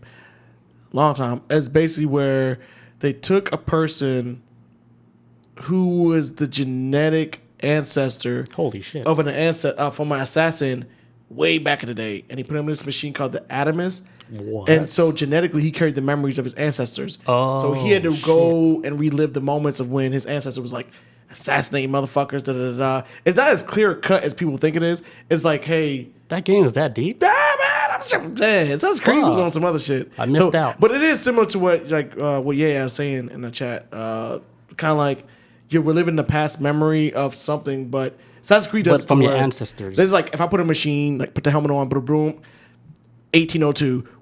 Get up, boy! I'm like, oh shit! This VR is horrible. Like, get me out of here! Get off that nag! Come on! Exactly. Yeah. It would be horrible. But the dude, I think his name was like Delson or some shit in Assassin's Creed. One of his like ancestors was an assassin back in the day, and then genetically. And so it worked. Deep. It worked for the first game, but the more they kept making the franchise go along, it got stupid to me. They couldn't connect the story. Right? Yeah, to me it didn't add up. I was like, okay, how many people he's connected to throughout the? Is all of his ancestors? Because now he's doing a different assassin in the next game or the third game. It got too deep where they couldn't follow. Yeah, it was like one of the things. Is like if it was a movie, don't make a sequel. Just do one good movie and then just move on. That's kind of like Dark, the series on Netflix. Yeah, where it's so fucking deep. It's kind of hard to follow, but the director or the writer, they did this shit perfect. Like they were like experts. It's like they lived like 1,000. They lived 1,000 lives to make a series like that deep. You keep telling me about this. This shit's so intimidating to me, man. I gotta be. It is. It's one of those shows like you gotta have like a couple stripes, you know. You'll rank up a little, man. You get some stripes after watching that shit. It's like, damn, I felt that level up. Yeah, it's like an advanced class for watching like deep movies. Mm-hmm. I mean, what would you consider like a deep movie to where you're like, oh, you gotta have a kind of understanding to actually kind of comprehend a movie? I would say Inception would be one. The Matrix too. That's a different way of thinking. Yeah, or at least a movie. The Matrix for sure. That shit was like a fucking game changer. I felt like in a lot of ways. But like comes like questioning reality. That was that's like the first time, like when it came out, the like, simulation theory shit came, where people started thinking like, "Fuck, like is our could our reality be like this?" I remember watching the first Matrix, and I saw the first Matrix, and I saw it, and I was so confused. I remember the action scenes was dope, but let's see, it came out in what 99, so I was like maybe 13, 14 at the time. So I was kind of like, "What the fuck?" I just remember it was really cool, and I didn't care too much for it. And the next night, it was just for like mostly like the special effects. The visuals I just saw in the commercials. And so when I watched it again, because I remember, I never forget my parents. I bought it from Blockbuster. They brought it from Blockbuster, and then I watched it one. My parents literally got it for me because I wanted to see it so bad because I never got a chance to see it in theaters. Got it at Blockbuster. And I was watching the first time, I was like, man, this movie was kind of cool. I like the part where they was training and the shootouts at the end. But then as I got older, I was like, holy shit, this is way deeper than just some action movie. Like, I just want to see it for the action, but now it's just like, now when you watch it, you question your own reality. I got the Neo bust in my apartment, like a bust of Neo. I got the whole Matrix trilogy. Actually, the Matrix trilogy and every single book that comes with, like all this shit, philosophical stuff. I became a huge fan of Matrix once I finally understand what was going on. Yeah, because Neo, like before he even like did the role, they said they made him read like some type of book on like simulation theory. Yeah, everybody had to. Everybody that was doing the cast so had to they read can try to get the feel of like what type of movie they're making. Because like back then, like a movie like this, it's like still like groundbreaking shit. Even like with the technology they were doing with the 3D, the 360 camera, that was all new technology shit. Yeah. I say that as far as movies goes, as a kind that we're really big on a movement. I say the Matrix. It seemed like everything. Yeah. Everybody was trying to rip that shit off for like the past 20 years, doing some kind of weird. Chinese, they try to rip that off. Oh man, Chinese people they suck at telling stories. Well, then again, no. Actually, the Matrix ripped off a lot of like Japanese movies though too. Yeah. The same. They all jock each other's story and shit. But it comes down to who can tell the story the best. Yeah. Who's better at explaining the story? That's all it is. Because, dude, Americans, man, they jack so many Japanese stories, like, from the anime to their movies, especially the anime. Like Inception. They stole it from, like, an anime series. Yeah. Which is fucking deep as shit. Way deeper. I've never even seen the anime, but I saw a video on YouTube explaining where Inception got the inspiration from. Yeah. I was like, holy shit, this is deeper than Inception. And way deeper. People over here think Inception was like, I didn't get it. I'm like, I got it the first time I saw it, but some people didn't really understand when they saw it the first time. It's still hard. But this anime thing, it seemed like it was way on a deeper level. So, yeah. Like, there's this other anime. You ever heard of Neo Tokyo? Yes, I've heard of it. I've never seen it, though. Came out in 1987, the year I was born. Yeah, I've never seen it. And it's super deep. It's like, it's everything like, it's super like retro type of like cartoony type of like futuristic mixed with psychedelic type shit. What? And it's about a girl, like her dream, like her subconscious self, her dream was like coming out in reality. It's trippy, dude. And that's how it kind of Inception got the idea from with the. No, it was different. It's a completely different anime. Oh, but okay. like for that time, 1987, for anime to be like that deep, it just shows you how far Japan is as far as like storytelling. It's like with Akira and shit. And yeah. Akira was fucking fuck. Man, their old shit is so deep, dude. Even it's Ghost still, in the Shell. It still like lives up till to this this day. day. Even till this day, they probably can't even match it. It's still that damn good. Their shit's crazy, man. They're so ahead of the fucking game. It's so fucking wild. And for the longest now, they're trying to make movies in America based off of these. And like, Yeah. I heard for like probably about the past like decade, I've been hearing that they were trying to recreate Akira, but live action. They couldn't do it, huh? Man, don't nobody want that shit. I don't even want it. And I love Akira. There's like one thing about like Japan, like when they do live actions for their own anime, they do it like to the T. Yeah. Like it's almost fucking the same exact shit. I was like, dude, because I was watching like Initial D, like the live action. I was like, holy that shit shit. good? Yeah, It's it's pretty like close to the it. fucking, it's the same. I was as scared the, to watch it, man. I didn't know if I was gonna dig it. It was the same like the anime. I was like, damn, they nailed everything. Did they make any like real serious changes, or were they just? It's almost like we were watching the real anime, but movie Real style. quick, yeah. Like that's how good they did it. From the cars, everything, from how they were drifting, from the sound, from the character voice, Just all came together from the hot girls in high school. Like, you know, because they're in high school. Yeah, high school. Yeah. Japanese high school. Hey. I gotta take a leak. Me too. All right, you're back, guys. Shit. What's up, guys? Welcome back. What up? Oh shit. All right. I got my story. Run it. All right. California bicyclist gets 2.8 million after hitting uneven pavement in bike lane. Wait, how much money did he get? 2.8 million. Holy shit. I think this was in San Diego. There we go. Fuck. A, dude. So the story goes like this. Older guy. This happened, I think, what was it? Happened in 2016, right? Mm-hmm. 57-year-old man. He's like riding a bike or whatever. He's like near his house, and he winds up hitting a piece of pavement that was uneven with the rest. It like riz above it because there was a tree nearby that the roots were pulling up the pavement over time, just gradually pulling up the pavement. Yeah. And I guess his bike just kind of clipped the pavement, and his body like just like got ejected from the bike, and he landed on the ground and broke his leg. And then I guess we went to court with it. That's what he told him, like, man, like I was like a contractor, I can't work no more. Like broke my fucking leg. And so he wound up winning his case. So he just won it. It's like this, like I said, this happened last year. The bicyclists will also get so not only did he get ejected from his bike and all that, and he's knocked unconscious, his leg broke. So San Diego is already gonna pay him like $1.75 million for his injury. But he's also gonna get paid $1 million from the landscapers and $30,000 from an arborist, which I had to look up. An arborist is a tree artist. Oh. So I guess there's arborists who go around like neighborhoods and all that. They trim up trees, make sure trees ain't destroying property. How did they get affected? How did the tree trimmer guy get fucked up? It was like a ripple effect. So the article starts off saying that he's gonna make like 2.8 million. He's actually gonna make way more than that with the landscapers for $1 million, and then plus 300,000 for. Was the contractors like the one that was doing the pavement? I'm thinking it Was it all under like the same branch, like with the people that trim the bushes and the people that do the grass and stuff? They're the same people that did the pavement. I think it might be all separate companies. Like it's like this is like a San Diego should have made sure this shit didn't happen. That the pavement was being pulled up by the tree.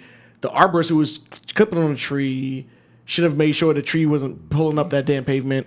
And also with the landscapers who were supposed to be cutting the grass in that area, which I saw the picture. The grass was a little high to where you can't really see the pavement rising up. So nobody was cutting the grass in that area. So Damn. three motherfuckers getting fucked over off of a guy who hit his tire on the bike. Mexicans are mad. And he went flying through the air. Also, too, funny story. So that story happened in, what year was that? 2016. 2016, right? In 2017, San Diego had to pay off another person on the bicyclist who suffered head and spinal injuries because of a buckled sidewalk in Del Cerro neighborhood. So San Diego is this is my dream job now. I'm gonna move to San Diego, just buy a nice little mountain bike, and I'm gonna speed on fucking sidewalks all day. Damn. And catch a check, cause San Diego ain't fixing these damn sidewalks. They just had to pay this man millions of dollars, and then some guy in 2017 did some person or whatever did the same thing, and they got paid $4.85 million for an uneven sidewalk. That's wild. So if you want to get rich quick, go to San Diego. Yeah, check it out. There's so many stuff like that, like little type of scams, Little shit, man. like where you can get rich off of, stuff like that. Because little things. here, Atlanta, you kind of do the same shit. Mm-hmm. All you gotta do is go to a subway station. All the floor panels, all cracked and fucking chipped. Everything is super ghetto. You can just go up there and walk, trip, and snap your ankle. You probably get a couple $1 million. Because they never fixed it. Like if you step on the ground, like the whole panel on the floor is fucking moving. Yeah. They never fixed it. Even though people complain about it, they never fixed it at all. Yeah, that's me. It's a whole shit show.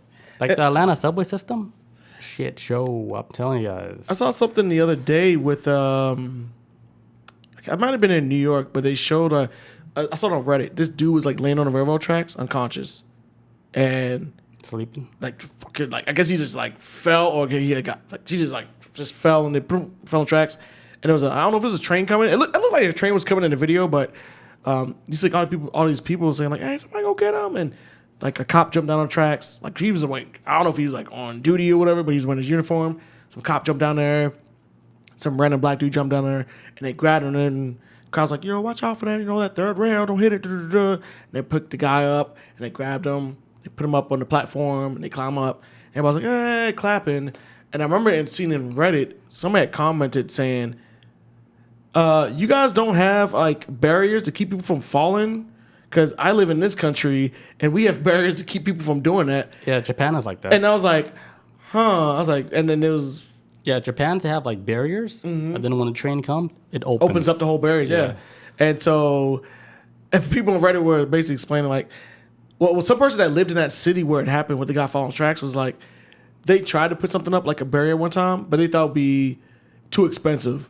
So the price of money to prevent people from falling tracks mattered more than people falling on the tracks. Yeah, yeah. And so it's same like with Atlanta, same shit. Yes, and that's what I'm saying. Like, probably goes back to Atlanta where. Yeah, because like we had this one situation happen a few months ago where a homeless guy in a wheelchair, he has no legs or nothing. He got into an argument with a lady, right? And then the dude said, "Fuck it." He pushed her onto the tracks, right? She hit the third rail. Boom, she died instantly. It's like, man, it's all that electricity going in. And then the cops came and they arrested the dude in the wheelchair. I know this dude too. He was a cool ass guy, but he just got crazy. One day he was just having a bad day and he pushed the lady, and now he's in prison, of course. But when they lifted him up, what was crazy? There was a handgun right under his wheelchair, so he was ready to go to war. What? So he why was did he always do it? ready. So why did he do it? What is he? I don't know. He was probably having a bad day, and then he was like, "Fucking this lady, she just won't shut up," and then pushed her on the tracks, dude. Damn. And then the train was shut down for a few hours. Whoever was working that day, they were very upset. See, you never know what's going on with people, man. That man was ready to go. He said, "Go to war." He was ready for that shit. Yeah. They picked him up by the arms, like, "Get over here!" Like, "Oh shit, it's a handgun." He had legs, or he had no legs? No legs. No legs at all. They said they watched the replay on the camera. He was like, the blanket flew off. He rolled over to her, pushed her on the tracks. Boom. She touched the third rail, died instantly. Brain was fried. And he probably had no reason on why he did it. He's like, I just wanted to. He knew how to kill her. Enough force to get her to that third rail. Like, just enough. So crazy. Usually, when stuff like that happens, they don't show it on the news. Oh, man, I could tell you, like, the last 3 months, maybe, like, 5 people died. but they don't show it on the news. Man, no. It's lucky that you'll see it. Like, I see some that they actually did show it. I was like, oh, I'm pretty shocked that they actually mentioned that. Man, you know what that shit would do to the like, Martyr line if motherfuckers... Because they're with the city. They're connected. They symbiotic. Yeah. Like, they gotta... Yep. Atlanta's trying to get as many people as they can to move out here. But since if you move downtown, Martyr's going to be your bread and butter for transportation. If there was a serial killer right now that was going around pushing people on tracks, which would be fucking horrifying, that would be worse. They wouldn't. There was somebody that was killing somebody. They didn't know if it was a serial killer and shit, but this dude was running off trains. Like, after he shot somebody, jumping off train, jumping on another one. And they don't want that news to get out. That would stop all, like, businesses. Like, that would hurt everybody. Like, as far as businesses downtown, like Midtown or all just everywhere. Everything would get hurt if people stop taking Martin and stop going downtown. The new Microsoft building down there in Midtown. Oh, shit. They built the whole big-ass Microsoft building. Man, they're building them big-ass fucking apartment buildings and shit now. Yeah, Midtown is popping, man. Mm-hmm. So expensive. I was there like a couple months ago. A lot of money is at. Yes, I was there a couple months ago, and I felt like I went to Disneyland. I spent so much money. Damn. And I just got a hamburger. I just got a fucking hamburger. I spent so much. Hamburger and a couple beers. A lot of those people there, mostly like developers and shit. Yeah, I see them like on their train with their cool ass laptop, just pretending like they're coding and shit.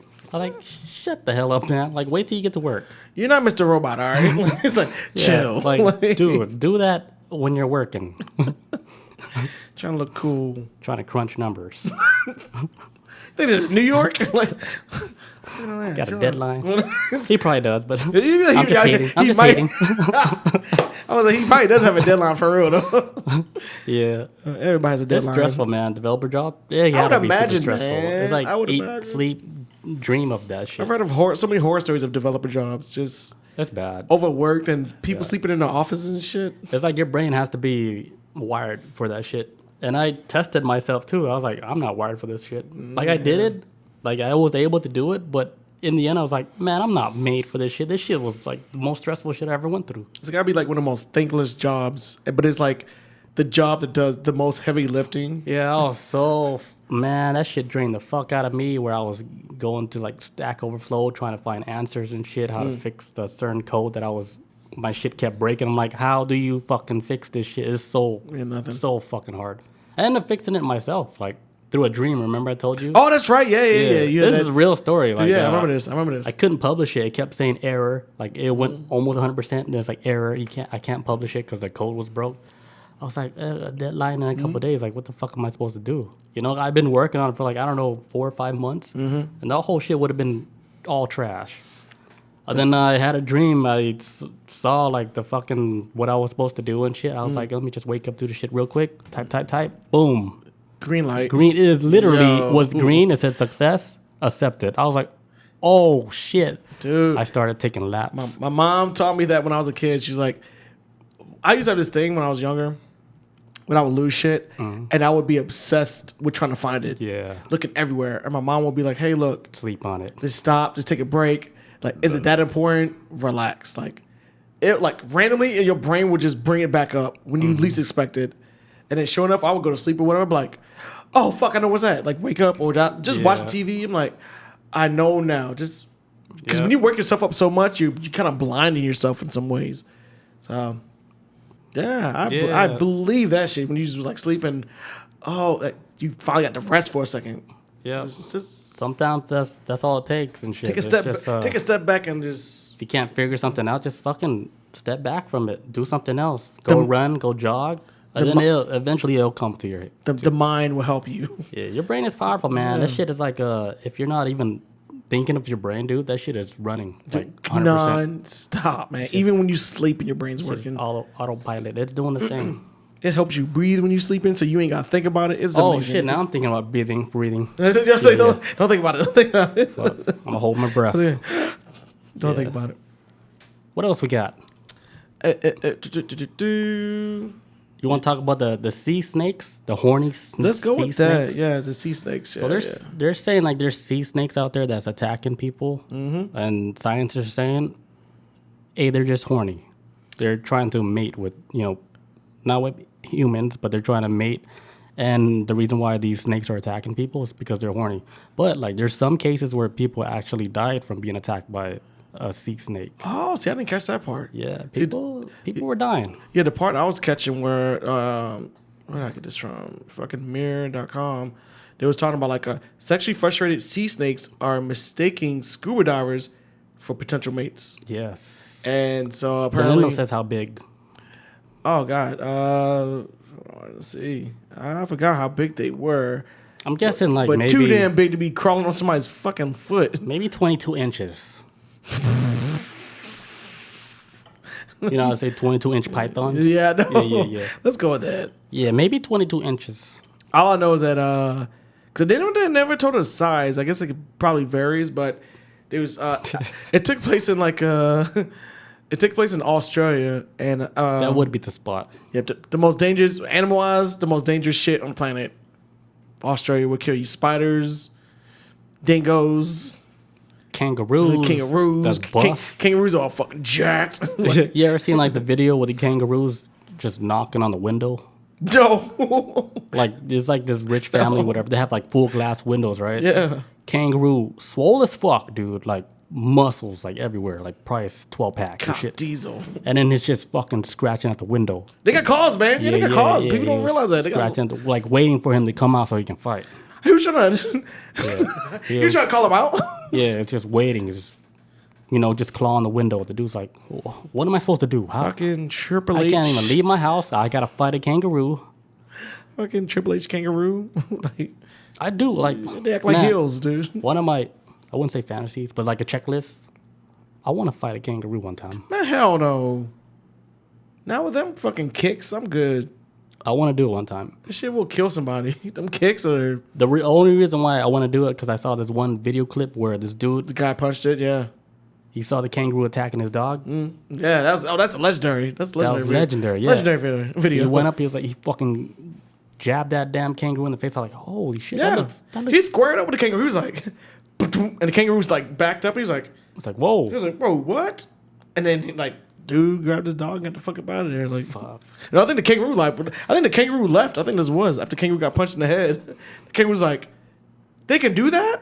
And then he just hopped away. There ain't no human ever fought no fucking kangaroo, man. Like, You know they do that in Thailand. fight kangaroos? Oh, yeah. Asian countries, they do bad shit. Russia fights bears, and then Thailand does kangaroos. They probably fight. Wait, there's kangaroos in Thailand? Fuck it, yeah. I don't know, maybe I made that up. Sure, why not? This Why says not? that kangaroo would bruise your ego. Yeah, it would. Oh, they would bruise. Because like he wouldn't even punch me. He'll fucking kick me in my stomach, and I'd be like, oh, And then the Joey. I skip ab week. And then the Joey inside the pouch would jump out Yeah, and fight you too. And then claw me. Dude, yeah. I don't want to Nice. fight a kangaroo, man. That's fucked up. horrible, man. They used to be cute when I was a kid, but as I got older, they're horrifying. Yeah, Australia's scary, but Yep, they're too strong. so back to the original story with people swimming with the sea snakes. So motherfuckers is out there swimming, and one guy kept noticing that sea snakes kept swimming around his like I guess like his fins or whatever. There's like kind of like wrapping their legs around it, and then they would stick their tongue out near like I guess like with just around them. They kept sticking their tongue out, licking the water around them, something like that. And then they started noticing that hey man, there's a lot of male snakes out here. There's no females. It's a sausage fest. Do they look like eels? They look, honestly, to me, they look like their head looks like a snake, but their body is eel-like. So like how snakes got that like almost like a, if you look at from the top of their head down, like if you look at the top of their head, it's almost kind of like diamond shaped, I guess, structure. It's more like that of a snake than it is an eel. Eels is like I guess more straightforward, but their bodies are like an eel. Like for me, that's why. Yeah, because that's what That's I why I was, took it as. Yeah, because it just looks like a regular eel, you know? Yeah. Yeah, apparently these scuba divers were showing up doing it was at the Great Barrier Reef too. They were showing up at a time where these male snakes were coming out to mate, and they started wrapping around like the dude's leg, and it's like okay, they kind of like whatever. There was times where the scuba divers were like trying to outswim them, and they would like fucking snakes chasing them through the water, but they weren't biting them or nothing. They were just kind of like, hey man, they kept thinking the scuba divers were females, And every time they would try to swim away fast, all these males was like being creepers, I guess. Would they try to go in their butthole or something? Well, I mean, I thought that was the first thing I thought of when I heard the story. I was like, okay, so they But that's not how they mate, though, right? All they do is just wrap around and wrap around like in a little coil, and then they just roll around and how spray did their semen. how'd you know that? Everybody, there was somebody I talked to last week at work who also knew about mating of snakes. But I knew that from a long time ago just because I watched the documentary about it. But they kind of just twined around each other, and then he's like a little. I didn't know that though. Yeah, it's like a male and female will like wrap around each other, and it's like a beep boop. Little male penis come out, goes into female, and they're just like entwined in this weird thing, and then they kind of roll around a little bit or whatever. You think they enjoy it though? I would assume. I mean, they chased after these fucking dudes that were swimming. Yeah, because they need to mate like to make sure their species stays alive. Yeah. Oh, I mean, for animals, like, yeah, like you think animals like they enjoy it or they're doing it for like survival of their species? Because humans, we do like for enjoyment to where like, hey, no, we don't want to have kids. We just want the fun part. But do you think like species like snakes? Like they think about that too, like, oh, I'm gonna pull out or whatever. Yeah, like, oh, like don't move. Like no, like when they're doing it, it's like the real deal. Don't move, don't move, don't move. Like my ancestors, like they're counting on me. Like calling on me. They're counting on me too. Don't do it. Like I think it could be possible because I know I think business. I think other than humans, dolphins were classified as animals that do have sex for fun. I think they found out when dolphins started masturbating with like dead fish heads. Like male dolphins would like just put. Dolphins are smarter than us, though. Dolphins are fucking great. They might be aliens. Like if we really gonna get into it, they might be, man. They might be. They might be. Like they grab because they grab like fish heads, and then male dolphins they'll use it to masturbate and something like that. But then over time too, I started realizing that my parents' dog, when he gets in his little phase like in heat, he'll roll his back and just like take his two paws and be like, he gotta get it out. Gotta get it out. And I was like, damn. So dogs, they get blue balls too, and enjoy it on some level. I would assume you gotta get it out because I mean, especially go crazy. Especially if you just have one dog, like can't do nothing. Yeah, he has to get the semen out. Got to, man. That shit drives people crazy, man. It's a health issue if you can't get it out. Yeah. You might get cancer, and the dog's like, I'm not trying to get cancer. That's what the whole phase for like that whole phrase of like, man, you need to get something because like, man, you stressed out, man. You can tell. You can tell someone. Yeah. And when dogs don't get any male dogs, they act funny. They get kind of aggressive and what's funny about this? Like at work, I was hearing like somebody, being frustrated with not getting a girlfriend and stuff, and he was like.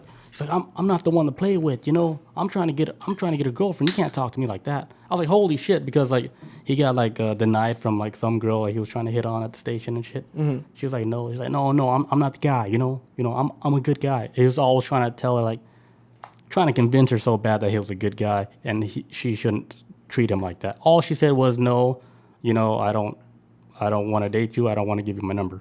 And then this dude got super upset. Yeah, he wasn't trying to hear it. He wasn't trying to hear it, and he was trying to explain his story, like he's the good guy, whatever. He goes to work. I'm like, dude, nobody wants to hear that. It's always an incel. Like that's like some incel shit. Yeah, like, that's a strong incel right there. Yeah, that's incel energy coming off him. Why you keep dating all these fucking cows and? Oh yeah, and they kill people. It might be one of those crazy guys and shit. Man. Some guys just need a hug. Yeah, drain their balls. Maybe masturbating enough at some point. Yeah, I can imagine. Because imagine being like, God damn. Even though this is like one of the funniest movies to me, the movie 40-Year-Old Virgin. Yeah, which is hilarious. But imagine sandbags. So yeah, he's like they feel like sandbags. He's like, everybody's like, it's like sandbags. What do you mean sandbag? Yes, but imagine reality how torturing that could be for a guy who just could never just fit in or anything like that, and then pushing like maybe even 30. Some people think 30 is old, but say like you're pushing like 40 or mid 30s or whatever. Mm-hmm. You're like, master, I've never had sex before. What would that do to the psyche of a person? Like in a society where everybody kind of loses it, and like not even the same exact time, but within a specific time frame of, I assume, teenage years and within their 20s, maybe early 20s or something. But then if you're in your 30s and pushing 40, then Yeah, I can understand like it'd be fucking stuff like that happening where the incels they group up and they're like, hey, everybody going through the same shit? Yes. And then it's not just us. Like, fuck them, because these women are just willing to fuck any dude. That's why they give it up. Like, we're really good guys. And you know what? They probably might be decent people. here's one thing. On a weird level. You should never try to But- convince people you're a good guy. They No, will know that's you're horrible. a good guy. That's- why Don't you- try to say, hey, I'm a good guy.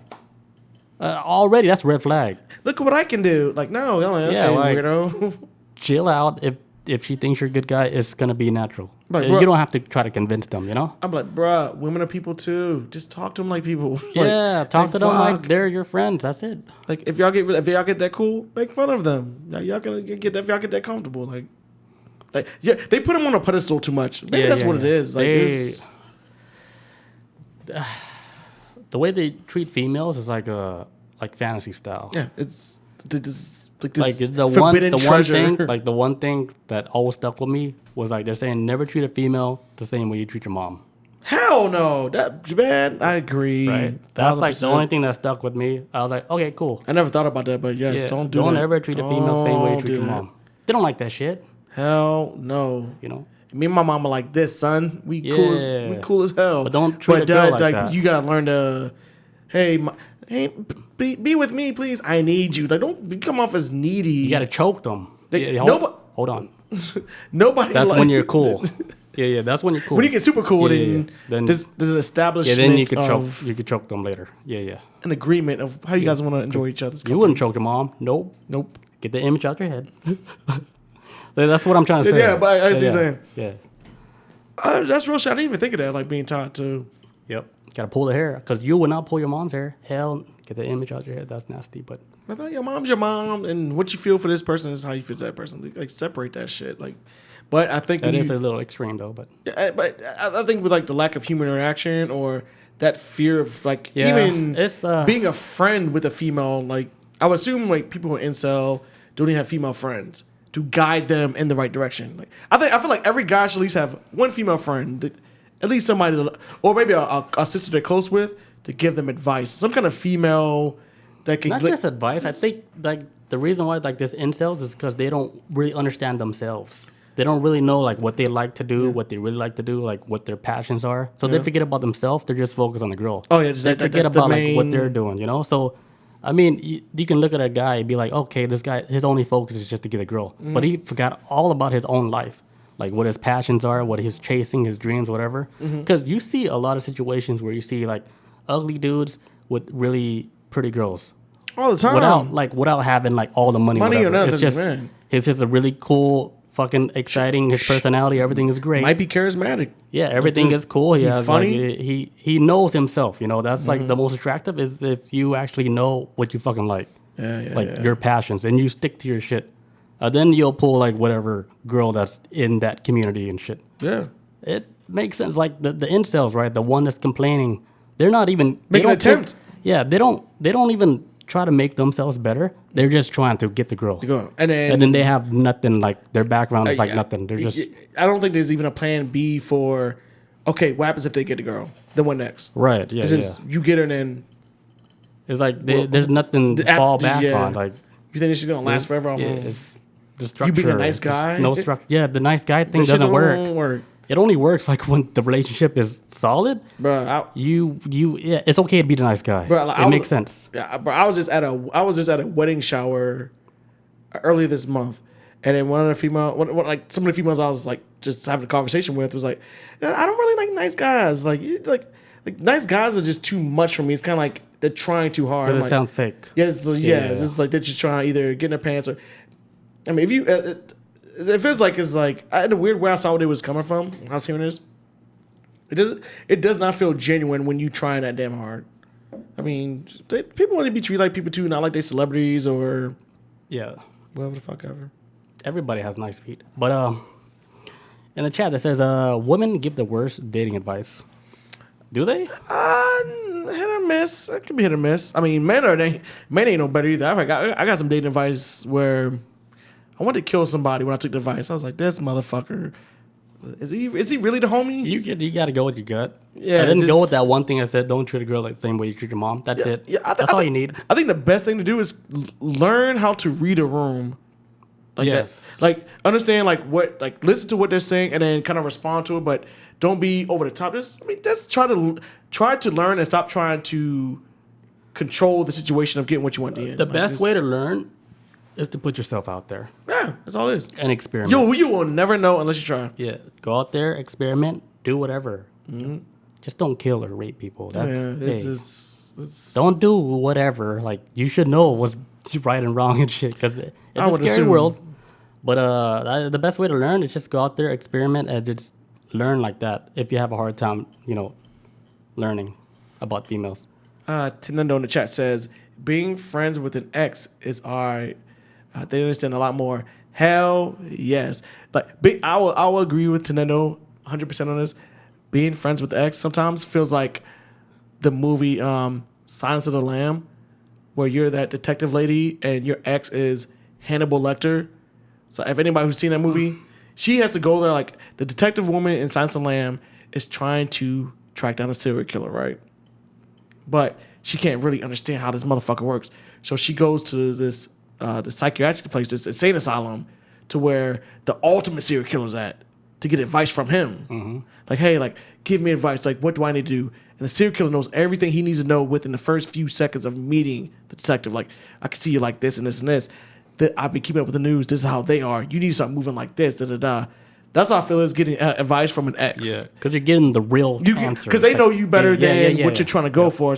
And it can be really good sometimes, man. It could be. They're saying like, oh, when you do this, this is how I felt when you did that. Like, remember that one thing you did to me? Like, I said it was cool, but it really wasn't. But I mean, maybe That try one like thing, this. yeah, you might want to check yourself on that little habit that you do with your two fingers. You remember that time you always kept sucking your teeth after you eat? Like, don't do that. Yeah. That was me. That's what I got one time from an ex. And the time I sat on your face and you did that one thing with your mouth. I'm just playing. Jesus. But yeah, 69. that's a good way to actually really know because your ex knows you more than anybody. Whatever they can say, like, oh man, look at all this mistakes that you did. I mean, or shit that they say that they didn't like and shit. You can read the chat. I gotta take a leak.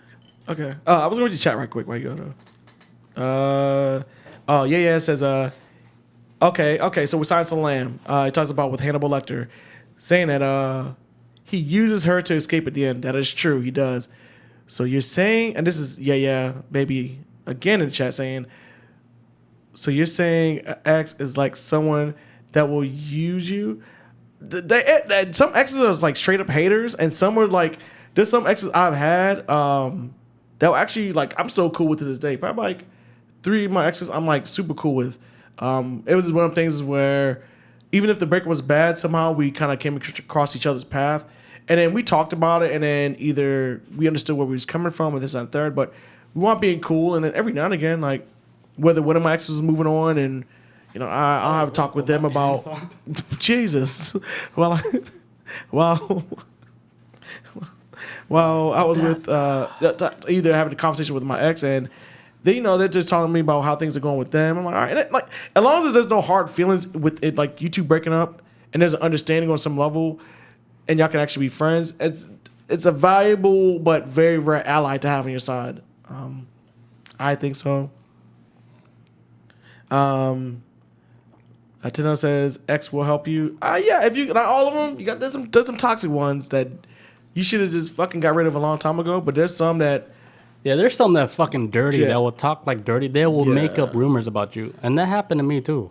Really, they made up so much shit about me, dude. I was like, then I talked to my other friends. I'm like, you guys believe what she's saying? She's like, yeah, like she's our friend. I was like, she's lying about that shit. She made up so much shit, dude. Man, I got exes, like almost all my exes still text me like with my birthday, last month. Happy birthday. I got happy birthday from almost all of them. And I was like, okay, cool. Like, I don't, in a weird way, man. The ones that like, I guess she said she got burned by me. I didn't see it that way. But then she started trashing my name, dude, throughout the whole community. Fuck that mother. That could have been a conversation, though. That could have been instead of. I confronted her about that shit, and she denied the whole shit. Oh, never mind. Go ahead. Bringing back some bad memories. But I felt the heat coming off. I was like, oh, he about to turn up. There's some bad memories, man. But Making up shit. But it's still. I feel like times like that is very teachable moments. It is. I learned a lot from it. Like I learned like the most that I learned from that situation was not to let it get to my head. Yeah, because I know the truth, and yeah, like I lost like a lot of friends because they took her side and shit. But like for me, my learning point was not letting it get to my head, not letting it eat me up. Because I know the truth. I was like, okay, I can never try to convince nobody, and I shouldn't try to convince these people. And she knows, like, she was wrong. This is something that's gonna eat her up. Maybe it's not eating her up, but you know, like it hits the karma level. Like I believe in karma, and it build up. Maybe karma's gonna hit her, or maybe it probably already did. And, but that shit was dirty, man. Hey, that's she gonna tarnish my name like that. Hey, man. Hey, it can get dirty out there, man. I've been so lucky to never ever come across something like that where somebody's trying to do me that dirty. I mean, shout out to all my exes. You know, we all cool. We all one big family. We all one big family. But no, for the most part, I'm cool with almost all of them. Just where, even like shit that's ended badly, and then because we kind of hung out in the same circle, I would eventually see them at a club or something, or I would make a move to go talk to them. Hey, what's up? Da da da. Or I'd be outside, like, trying to get a cigarette or trying to buy something at a beer at a bar. They would approach me like, hey, can we talk? Da, da, da. And we would just squash the shit, man. I don't know, man. They be all thinking I'm cool and shit. So they're like, yo, he cool. Like, he's not a bad guy. It was me. I get that shit all the time. It's not you, it's me. Like, I'm sorry. Like, I had some issues. I'm like, no, it's cool. Like, yeah, whatever. But then they'll make up some shit saying, I've never hit that level, man. I'm sorry. Here's one thing that made up. I'll say it. She said that I bought her groceries every week. I was like, that's the dumbest lie I ever fucking heard. I was like, at this time, I was working at a place where I barely made money. Man, how would I buy her groceries? But she made it seem like I was in the kid terms today, like I was a simp. Oh my God. She tried to make it seem like I was desperate for her. But it's completely opposite. See, that's some fighting shit right there. Yeah, I was laughing. I was like, that's like, you guys believe that shit? And they believed her. I was like, what the? Okay. I was like, well, how long you know me? Why would I? Yeah. When have I ever been like simp like? They're like, yeah, he bought me groceries. I was like, bitch, please, I can barely feed myself. You know? Like, no, bro, I'm eating ramen every night. How am I? It's like, she buy me groceries. She's like, oh yeah, his dick is small. When she said that, I was like, okay, that might hold up. You know, I was like, okay, that part might hold up. But depending on the female. That part, like, I can laugh at stuff like that. Yeah. I mean, I don't care. Yeah, but the shit about the groceries, that's like, out of line, dude. That's like, way, come on. Like, look, that whole dog in somebody's penis out shit is so fucking old. That shit is so washed. It's such a washed reference that now I could definitely see something like, oh, he be taking care of me, this, that, and it's not true. Mm-hmm. Man, I would be so fucking pissed. Man, that is horrible. I was like, yeah, the grocery is a lie. They're like, what about the penis? Yeah, that's subjective. I mean, yeah, but I didn't buy groceries. Like, I was like, still, I didn't buy groceries. Like, you missing the target when I'm trying to put up. But I thought that was crazy. I was like, damn, like, what else did you tell these people? You know, she fucking ran over, like, tried to destroy my character like that. Yeah, man. It can't be as simple enough as just breaking up and moving on sometimes. Like, I wish it was that way sometimes. It was wild. It was like, I would go to parties, right? A lot of people there. I don't know nobody, but everybody knows me. Damn. That shit was crazy. I'll show up there, everybody's like, we know that guy. Even like when my brother was there, they're like, Robert's like, yeah, I'm like his big brother. And then they look at me they're like, nah, he's your big brother. You know, because a lot of shit happened, man. Really? Yeah. It was wild. God damn, man. But I don't. It makes you wiser though. Straight up, man. It's rough to go through, man. I told people like, yo, like your life doesn't really start.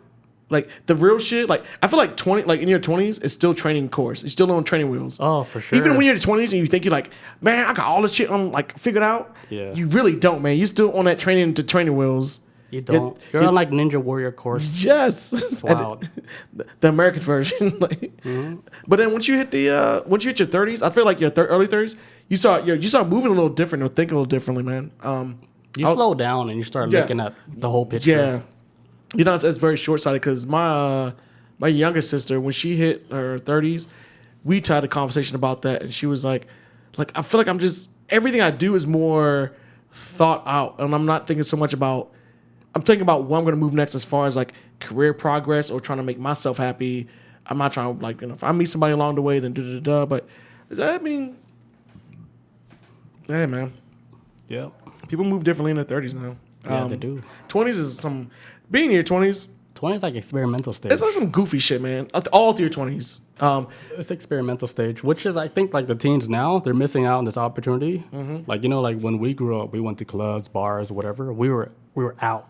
We weren't at home on the internet and stuff. They didn't calm the fuck down. Yeah, they calmed down. The new generation, they're stuck inside the house causing chaos on the internet. Yeah. They're in the comment section fucking destroying everything. I was reading something about like with the younger generation, they're not smoking as much or doing any drugs or they're not drinking as much. But their like online shit is like, yeah, their brain's intoxicated with off this shit. social media. This is the shit they feed off of. Yeah, they made Jake Paul rich. Tenino says, never take a girl to your secret spot. They might take it over when you guys break up. Like, you mean like your secret spot, like you hanging out with certain type of people, and then she's taking over that crowd, or it's maybe like that secret spot that only you take her, and then after y'all break up, she bringing people to that spot that was, I don't know. What's secret spot? Because Tenino is in Oklahoma. They have, I guess, a lot of secluded spots and shit. A lot of Indian land, like people don't really. I had a secret spot off of, I can't remember the road, but it was right around from where. Moreland Avenue? Man, hell no. No, it was right around the corner from where your parents used to stay at. Oh. With the Quick Trip. Oh. They Mount Zion. Oh, I did go after. I could think of it out near Mount Zion. Behind the church. Is it behind the church? No. Like all right. So like where your parents stay? Get you in trouble. Like there's a spot that me and the girl used to always go out to, and where I think it was behind like it was like a car dealership. And like a Quick Trip over there. Yeah. Ford dealership. Yeah, the Ford dealership and like the Quick Trip. Yeah. And there was a road back there. And there was a girl I used to hang out with over there sometimes. You took her on that road? And we just lay on the hood of the car and look at stuff. But we in the city, man. It ain't really like a lot of fields out here. Wild road. No, but back then it was that was before now. It was quiet back then. But just like lay on the hood of the car, look at stars, and it was chill. Did you guys like mapped out the constellations and shit? I'm like, oh yeah, Big Dipper, and that's all I knew back then. I was ignorant to the ways of the universe. I didn't know shit about that. I was like, oh yeah, that's Orion's belt. That's a Little Dipper. There you go. Yo, I didn't know shit about shit. But so like secret. That's what I was thinking like with secret spots. Like if your ex brings somebody to that special spot that you used to hang out with, I wouldn't be surprised if they did. Maybe, but I was thinking of more of like taking over like your spot. Oh, like if you hang out with your friends. And then she showed up there. Like, with, that's like your bar. But then like you guys broke up. Like when you go to a bar, you see her now. That was her bar. I was like, what the fuck? Now she cool. Everybody in that shit. She took the spot. Like that's horrible. I gotta find a new spot. You're like, damn, I was cool with the bartender. We was all cool with everybody. Now you. This is Snell says my bar, my friends. Yeah. Damn, my DJ. Oh my god. She made friends to DJ. Now that's like her people now. No, that has never happened to me. Oh hell no. Crowd search, and then that's the ex flying. What the fuck? She's surfing on the crowd and shit. No, this has never happened to me. This would be horrible. I would never let them take over. That's like the graveyard out here in Atlanta. Remember East Atlanta? Yeah. Tanina went there. We went to this one. That's my spot. I like that place. We usually go graveyard almost every week and shit. That shit was the spot. Like just to hang out and chill because the one of the few bars that sell like 40 ounces. Bro, one of the few, and you can smoke cigarettes in there. Mm-hmm. That was like the last bastion of the 80s. I don't know where the fuck year that's from, but it was one of the coolest bars and shit out here. Oh man, I think it closed down though. I wouldn't be surprised, man. I drive past there all the time, but I've not gone down that off of Warren Avenue to check to see if it's because they had a hookah shop next to it too. I remember that, or on that same block or something. They imagine you and a girlfriend you had in the past, like you always chill there and shit. but then you broke up. But you guys still At the graveyard. She's still chill there. You're still chill. And then you go hang out there, right? You're like, holy shit! You see your ex with her new biker boyfriend and shit, playing pool. And you're like, holy shit! They took over a pool table. They took the bar over. And the dude that used to give you like beers, he kind of acting funny. Like, I can imagine all that shit. Just everybody got kind of weird. She's friends with the DJ now, and now they're playing her favorite songs. Damn. They stopped playing the Jonas Brothers and shit. They're like, fuck your Jonas Brothers. We're going to play her shit now. Usually with females, I don't bring them to my favorite spots. That's like for the homies. That's just with the crew. It'd be my apartment or Waffle House or something. I don't know. But I never favorite bars. Hell, I've never brought a girl to my favorite bar. So Tenendo, like I guess he lost his bar spot. And like Oklahoma. I don't know nothing about Oklahoma, but I'm sure like there's not a lot of like spots that you can call like your spots because there's not a lot of spots. Yeah, because everybody goes at one shit. Right. Yeah. I mean, Atlanta's just too many spots. It's too much. It's actually it's too much. It's too much. If Tenendo says small place. Small place. So like you have your secret place and if they take it over, that's I can see how that could be. Like what's the next secret place? Arizona? Like we gotta go a state over and shit to find a new spot. Oh. That's like the bad thing, like with small towns. Small town shit is real, man. Oh my god. If you've cast it out and shit, dude, you're really cast it out. I know some people that live in small towns, and it's like, it's so easy to get enemies in that town that they live in, and something happens to one person, and it's always connected to somebody or something, and everybody knows your shit. You know about this shit. That city life is kind of like you walk past somebody in the city, you might never ever see them again. Mm-hmm. The chances of you ever seeing them again is going to be very slim. Very slim. You can get away with a lot of shit in the city. It's like the pros and cons of it. Yeah. I'm done with the city though. I'm kind of feeling like I'm getting that point where living in Atlanta is kind of taking a toll on me. Yeah. It's starting to bother me. I can never live in Atlanta. It's too it's too fucking much, now. man. It's too many different personalities. It's almost like it's kind of like LA a little bit because LA has so many different personalities like that. And Atlanta is starting to act. I remember years ago before all the movies started filming out here. I remember Atlanta started acting like New York at one time. Just like if you go downtown, everybody's disrespectful and this, that, and the third. And you can't go nowhere. But now it's just like, this is like full on LA shit. Movies are moving out here. You said movies moving out here? Well, like, cause I think with studios, like Marvel studios? Comics movies and shit. Like they all filming out here. Like they all film out here. Like Walking Dead and shit. Like, everybody's filming out here now. Yeah, like at work, I see it all the time. I see like directors and producers. They walk through like Atlanta. I can see them. They're like trying to map out where they want to film their next scene. Yeah, it's cool, man. And then like if you ever ride like the train and stuff, you'll ride through all the studios. No shit. Like the rundown like buildings and stuff. They all fixed it up. It's now a movie studio now. They're buying all these like rundown buildings and they're converting it into like movie studios. God damn. It's dope as fuck, dude. Atlanta is blowing up right now. Yeah, it is. Like if you can like invest your money in like something like physical, like it would be like something in Atlanta right now. Gotcha, man. LA and New York is all burnt out. That shit got burnt out years ago. If you want to invest, people are moving out of there because like they're having like a shit show out in California. Everybody's moving out of there. They're going to Texas, and a lot of those guys are coming out here like because the movie industry is big out here now. Yeah, it's huge. Tom Parker got his own fucking. He bought, was it Warner Robins Air Force Base? Oh, I can't remember what it was. I wasn't Warner Robins. He bought a base out here, a military base out here, and turned it into his entire movie studios. And military bases, if anybody don't know, are fucking huge. Yeah, they can be pretty goddamn big sometimes. It's huge. And like I work with some people, like they do security, like you and stuff. And their side job is like they're doing they're like a director on their side job. Oh shit! And they'll show me all like the behind the scenes of them doing all this like indie shit. Yeah, I was like, damn, like you're working with like baller ass cameras and shit, like the big $10,000 cameras, like the this stuff. This is a Yeah. What the fuck? Yeah, security guys and shit. And then he was telling me like this is the stuff you do on the side job. I was like, shit. I was like, you shouldn't be doing this. Focus on your side shit, dude. But the fear of relying on that dream, man, that shit is so scary, man. I can understand that too. Oh yeah. Yeah. But like it's doing it right. Like he follows our podcast and everything. And no shit. Shout out to you. Oh, shout out to you, Mr. Guy. Mr. Guy, yeah. Let me know if he drops a project. I'll be on it, man. Yeah, I told him because he does this shit every year. Like, they do this indie movie shit where it's like a movie. what is it called? A convention or some shit? It's like when people show off their movies. Oh, like a film festival? Like a film festival, yeah, Okay. yeah. For Atlanta, Yeah, yeah. a film festival is like it's a nationwide film festival. What? He does it every year. Like it's cool, right? So every year they give them they pick out from a random script, right? They pick out a random subject, Yeah. and then they got like a week to film it.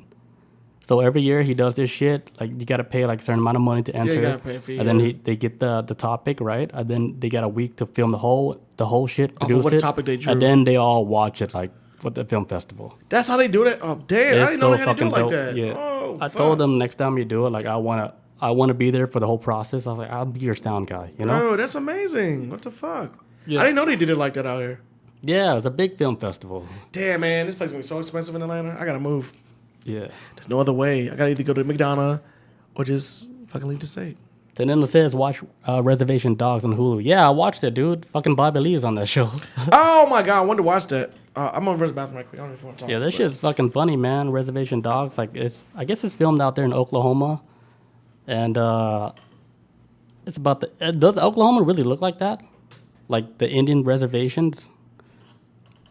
Because it looks pretty wild, man. And then I know on episode 2 where they had Bobby Lee come out. Bobby Lee was the doctor. Yeah, that was a dope show, man. It's still ongoing, right? Like, what are they on episode 3 or 4? Are the Indians like that too? Like they have like the Indian cops? Because I know like the Indians, they have their own little thing going on. Like, are their laws different? That's what I was confused by. Like, if the Indians, you know how do they have all their own laws? Like they don't run the same laws like we run. Number 4, I went to school with my guy dad. What? Episode 4? You went to school with one of the guy's dad? What was episode 4? Was it the one with the uncle? The kid? I'm confused, man. You lost me. You lost me with the kid. Number 4, I went to school with my guy's dad. The last episode, like I saw, was when the uncle, they were trying to go. Oh, the main kid. Okay. Looking like that Power Ranger kid. Talking about Reservations Dog. I heard of it. I didn't know what it was, though. Watch the trailer. It's fucking funny, man. When I first saw it, it was like Reservoir Dogs. That's what I thought it was going to be. No. I was like, this is a sequel? Right? Yeah, it's like a kids like in, like, you know, the Indian tribe. They're still Oh, stuck shit. I in saw the trailer for that. Yeah, that shit looks still good as stuck in, fuck. like, they're still stuck in the neighborhood and shit. Does it take place in the 80s or what? No, it's like modern day. Okay. Because it seemed like it was like kind of like old square. I remember it was like, it showed like the little kids and some other shit was going on in the trailer. I think it's on YouTube, but y'all, but it's on now though? On Hulu? It's on Hulu. I'll check it out for Yeah. sure, man. I did want to watch it because it reminded me of Yeah, they jacked like the fucking potato chips truck. yeah, and some other shit they was doing. There was like the kids were robbing people and shit. And then like the kid, he would get knocked out, right? He'll have visions of like his Indian ancestors. Oh, I think the one dude showed up and there's like a little funny scene where Yeah. he saw his ancestor in the field or something. He Yeah. try to howl and start choking. Yeah. Oh yeah, fuck yeah. I didn't realize it was out now. Yeah, what surprised me was when Bobby Lee was in the episode. What? It was a cameo or what? He was like episode 2. He was like the doctor. It's like I forgot the name, but he had a lot of scenes in that episode. I was like, holy shit! He's in it more than you thought. I was so shocked. And then they didn't talk about him on the podcast till later. And then that's when they got one of the producers on the podcast and shit. They were talking about how they made the roles like just for him and stuff because they know how his attitude is. Custom made for Bobby Lee. Yeah. Yeah, I remember. It reminds me. I don't know if it's gonna be as weird as. I remember when I first saw the trailer. It reminded me of Atlanta. Yeah, a little bit. Me too. Or maybe Twin Peaks. That's surreal shit. But I've never seen the show though. I've never seen the show. That's what I was. Reservation Dogs. Because I was looking at like the background and stuff. I was like, man, it kind of looked like Atlanta. Yeah. But it was filmed in Oklahoma. Okay. Yeah. Oh no, I was thinking about with the movie. No, the TV show Atlanta. It's like The TV show Atlanta? on FX. Yeah. That's probably filmed in Atlanta. Yeah, but it's filmed in Atlanta. Yeah. Yeah. But just would how, hope so. but with the way it looks, it feels so surreal. Like certain things they have, like I remember there was an episode in Atlanta. They had like a guy who's a hip hop artist who like and like he was like super popular or whatever, but he owned like an invisible car. Right? It's like this. Is it a reality show? No, this is like it's like a I don't know. It's like surreal comedy, where it's like some things are funny or like you kind of have to get certain things, but they talk about like how hip hop art, like this one hip hop artist, they go to this club and everybody trying to meet this hip hop artist, but throughout the show they throw like little hints, like people be like, man, he's got this invisible car, da da da. They keep bringing it up. See, some people bring it up throughout the episode. It all takes place in the club, and some people are like, man, I want to see that invisible car, da da da. And at the very end of the episode, there's a shootout in the park, like do do do do do do do, and the hip hop dude gets in the car. It's invisible. You see the crowd just flipping through the air, and it just goes through the crowd, and people just flipping over the car. It's like a little skit, right? Yeah, but no, this is like this show. This ain't like a comedy skit. This is like It's a real show. it's a real show. What the fuck? But you're just like, oh my god, so he does have an invisible car, and that's just, I don't know. It's like surreal comedy. It's so weird. So like the whole series, he has a visible car. Well, not the whole series, but it's like this one episode is about this specific hip hop artist, but it's about this guy named I think his name's like Earl, which is played by Childish Gambino, aka Donald Glover. He, as far as I know with his backstory, he went to Harvard or something like that, and he dropped out. Nobody knows why for sure, whatever, but he's highly intelligent. He moves back to Atlanta. He's living with his parents. He's struggling trying to get a job. He can't keep no job. But one of his cousins, his nickname is like, his rapper name is like Paperboy. He's trying to blow up in Atlanta.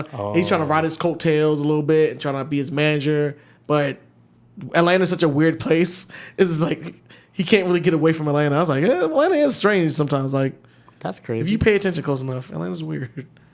But it's a very good show. But that's what Reservation Dogs remind me of when I saw the trailer, because it's kind of like it wasn't. It seemed like it seemed almost like a dream state type things, and the trailer I was like, that seems like kind of grimy a little. Yeah, but with Native Americans and which if anybody knows the stories about like Native Americans living on reservations.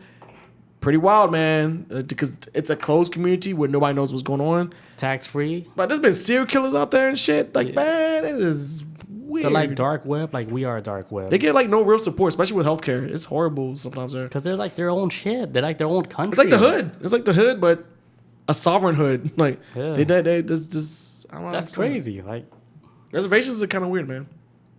I would imagine like that, like them dying out. You know, like what else can they really do? Because man, maybe then they end up keeping the bloodline alive by having sex like with your own family members. You think that's going on? I would assume, because I know the community can't not be that big, right? I would assume, at least in America, when it comes to communities, they're trying to keep it in the bloodline. It would eventually hit levels of incest. Like one thing a lot of people don't talk about, it's really controversial within the black community. A lot of accidental incest go on a lot. Accidental? Yes, where you have a mother who has like, his kids and whatnot, but then Papa's a Rolling Stone. He's running around out there sleeping with all these different women. A lot of times when he's running around sleeping with all these women and he's having babies around the same exact time, these kids are going to school with each other, never knowing they share the same dad. Oh, shit. And they start dating, having sex, and they find out like, the aunt's like, don't be sleeping with that girl. Like, that's your father, so. Like, oh, man, I didn't know. Like, shit be happening like that. That's so fucking scary. Kept secret. Nobody knows about. Someone tried to do me like that one time. This is only some shit that you would know if you were black. Yeah, like, oh, man. It's one of them things. That's why don't date your race, man. Date outside. Date outside of it. just to make sure that you guys are not related. That's why I'm so glad I live in Atlanta, because in Baltimore, my family is so huge. I have no family down here, so I'm like, free reign. If I ever want to date somebody black, like. But imagine you date somebody, then it has ties to your family bloodline. I'm like, how? We be like 600 miles away from Baltimore. And then you hear like God laughing. Tee. Like, you hear that laughing? Nope. Nope, I ain't hear it.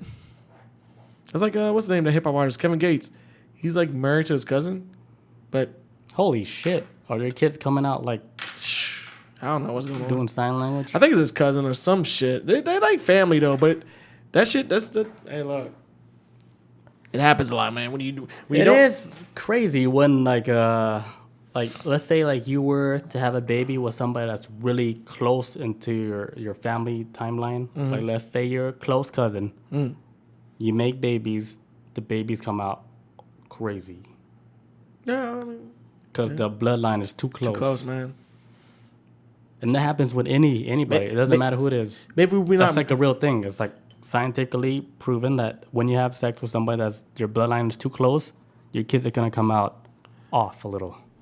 Yeah, it might be one of the things. What if like as humanity is how we're designed, we're not meant to stick to each other's race. We're meant to mix it up a little bit. What if that's our true destiny?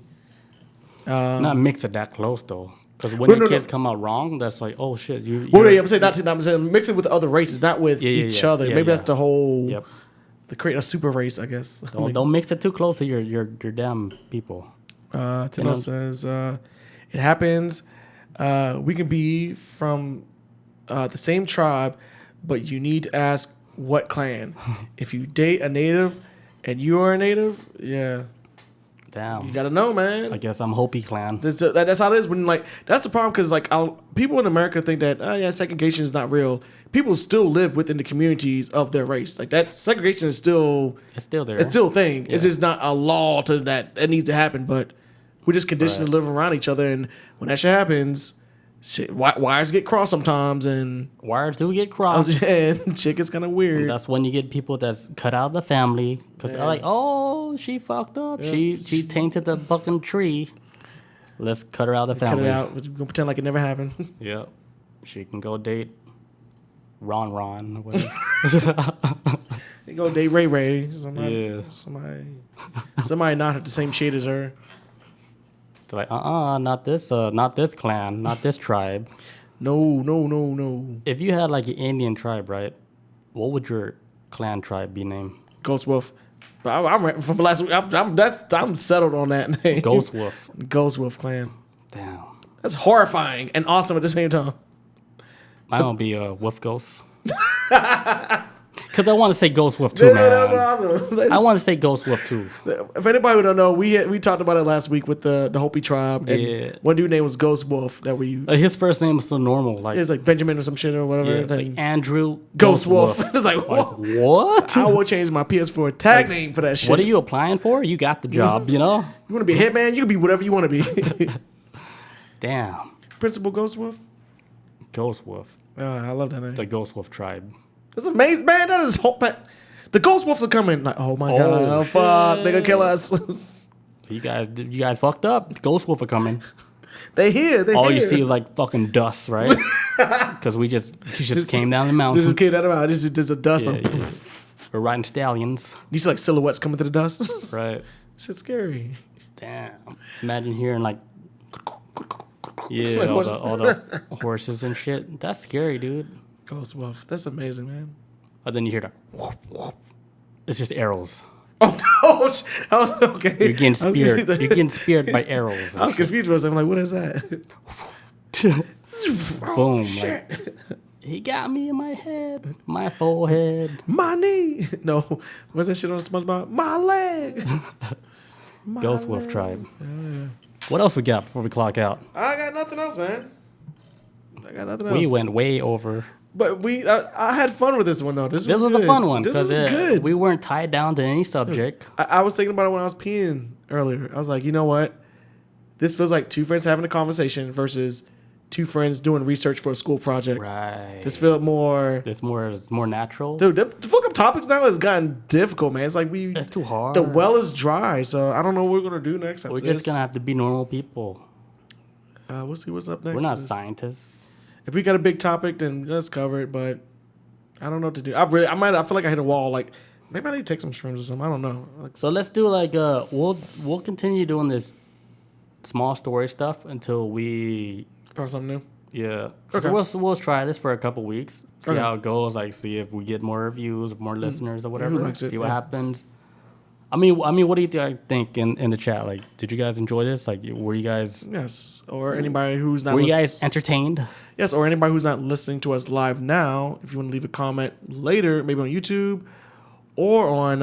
what else are we on? On podcasts. You guys prefer us talking about multiple subjects, or just one strict subject? Yeah. One topic. Tenino says, what I learned, crazy exes are crazy, and watch out. Natives are cool. And natives just be chilling, man. Yeah, because I mean, we did talk about like a lot of stuff where anybody can relate to. They don't have to know the subject or anything. It's more personable. I mean, yeah. I mean, I guess we can still continue like doing these small topics like this, and then We'll see what happens. But we're ready for anything. Yeah, with evolution, we're ready. Yeah. I think we know too much now. Like we can Cover a broad scale of right any like, topic. It's like you can carry a conversation with anybody. Anybody. People that's holding back at work, whatever. They didn't want to talk about weird stuff, but they had no idea. Like you had 10 years of knowledge of all this crazy weird shit. Hell yeah! Like holy shit! Like you're in too deep. Like you're what the you're far out there. I'm down for this though. I mean, we'll see what happens, but I like this. This is fun. It was fun. It was easy. Easy, man. This was easy. Yeah. Stress free, man. I wasn't stressed out this week. Let's do it again because I still got like some topics. But I still got like 4 left. Holy shit! I got like 3 more. Actually, I got a topic somebody sent me, but we couldn't get to that one. No, we can next week, man. Throw that shit on the grill next week. Yeah, it was about a baby that was missing in Russia for 3 days. Oh shit! For real? Yeah, a 1-year-old baby that was missing for 3 days, and then they had a search for her. Like it's Russian, like in the woods. Yeah. They had like a 500 team, searching for her, and they found her. Like after like 3 days, she survived. A 1-year-old baby, being taken care of like by wolves and stuff. Oh, the wolves were taking care of her. Yeah, because the thing about animals, dude, like they know who babies are. Yeah, man, they don't eat. Like I don't know a story about babies getting eaten. Yeah, they don't. There's like a universal law, like a respect for like it's like newborns. That's like with Harambe. Yeah, because it's the most innocent. Yeah, man. Like a child is the most innocent. Even animals, they know the recognize rules. it. Yeah. That's animals, they play by the same rules like us. Like innocent childs like that, you cannot fuck with an innocent child. Yeah, I don't know. Yeah. It's like Harambe. Now, Harambe wouldn't try to kill that kid, but who knows? But I'd have been scared shitless if I was that kid. Yeah. Getting dragged through the water. Yep. Dicks out. One of the stories I had was like Lazy was like using like a laser, like the laser sight of a gun. Like she had a gun, had like a laser sight on it. She was playing with a cat with it, and she fucking shot her friend. So you know, like the little red dot laser shit. Her real life human friend. Yeah, she like shot her friend or boyfriend or some shit in the leg. Oh, so stupid. Yeah, that was one of the stories I had. But I got small people to go. Look, I realize this with this now. I was thinking about this the other day, right? When it comes to looking for topics, Yeah. in a weird way, it's like the news and the world can make the topics for us in a lot of ways. It makes it easier. Like there's always gonna be stupid shit every week sometimes. So it's always like always. every It day. never ends. Every day we have a full episode. Like if we were doing this full time, it could be so easy. Oh, for real.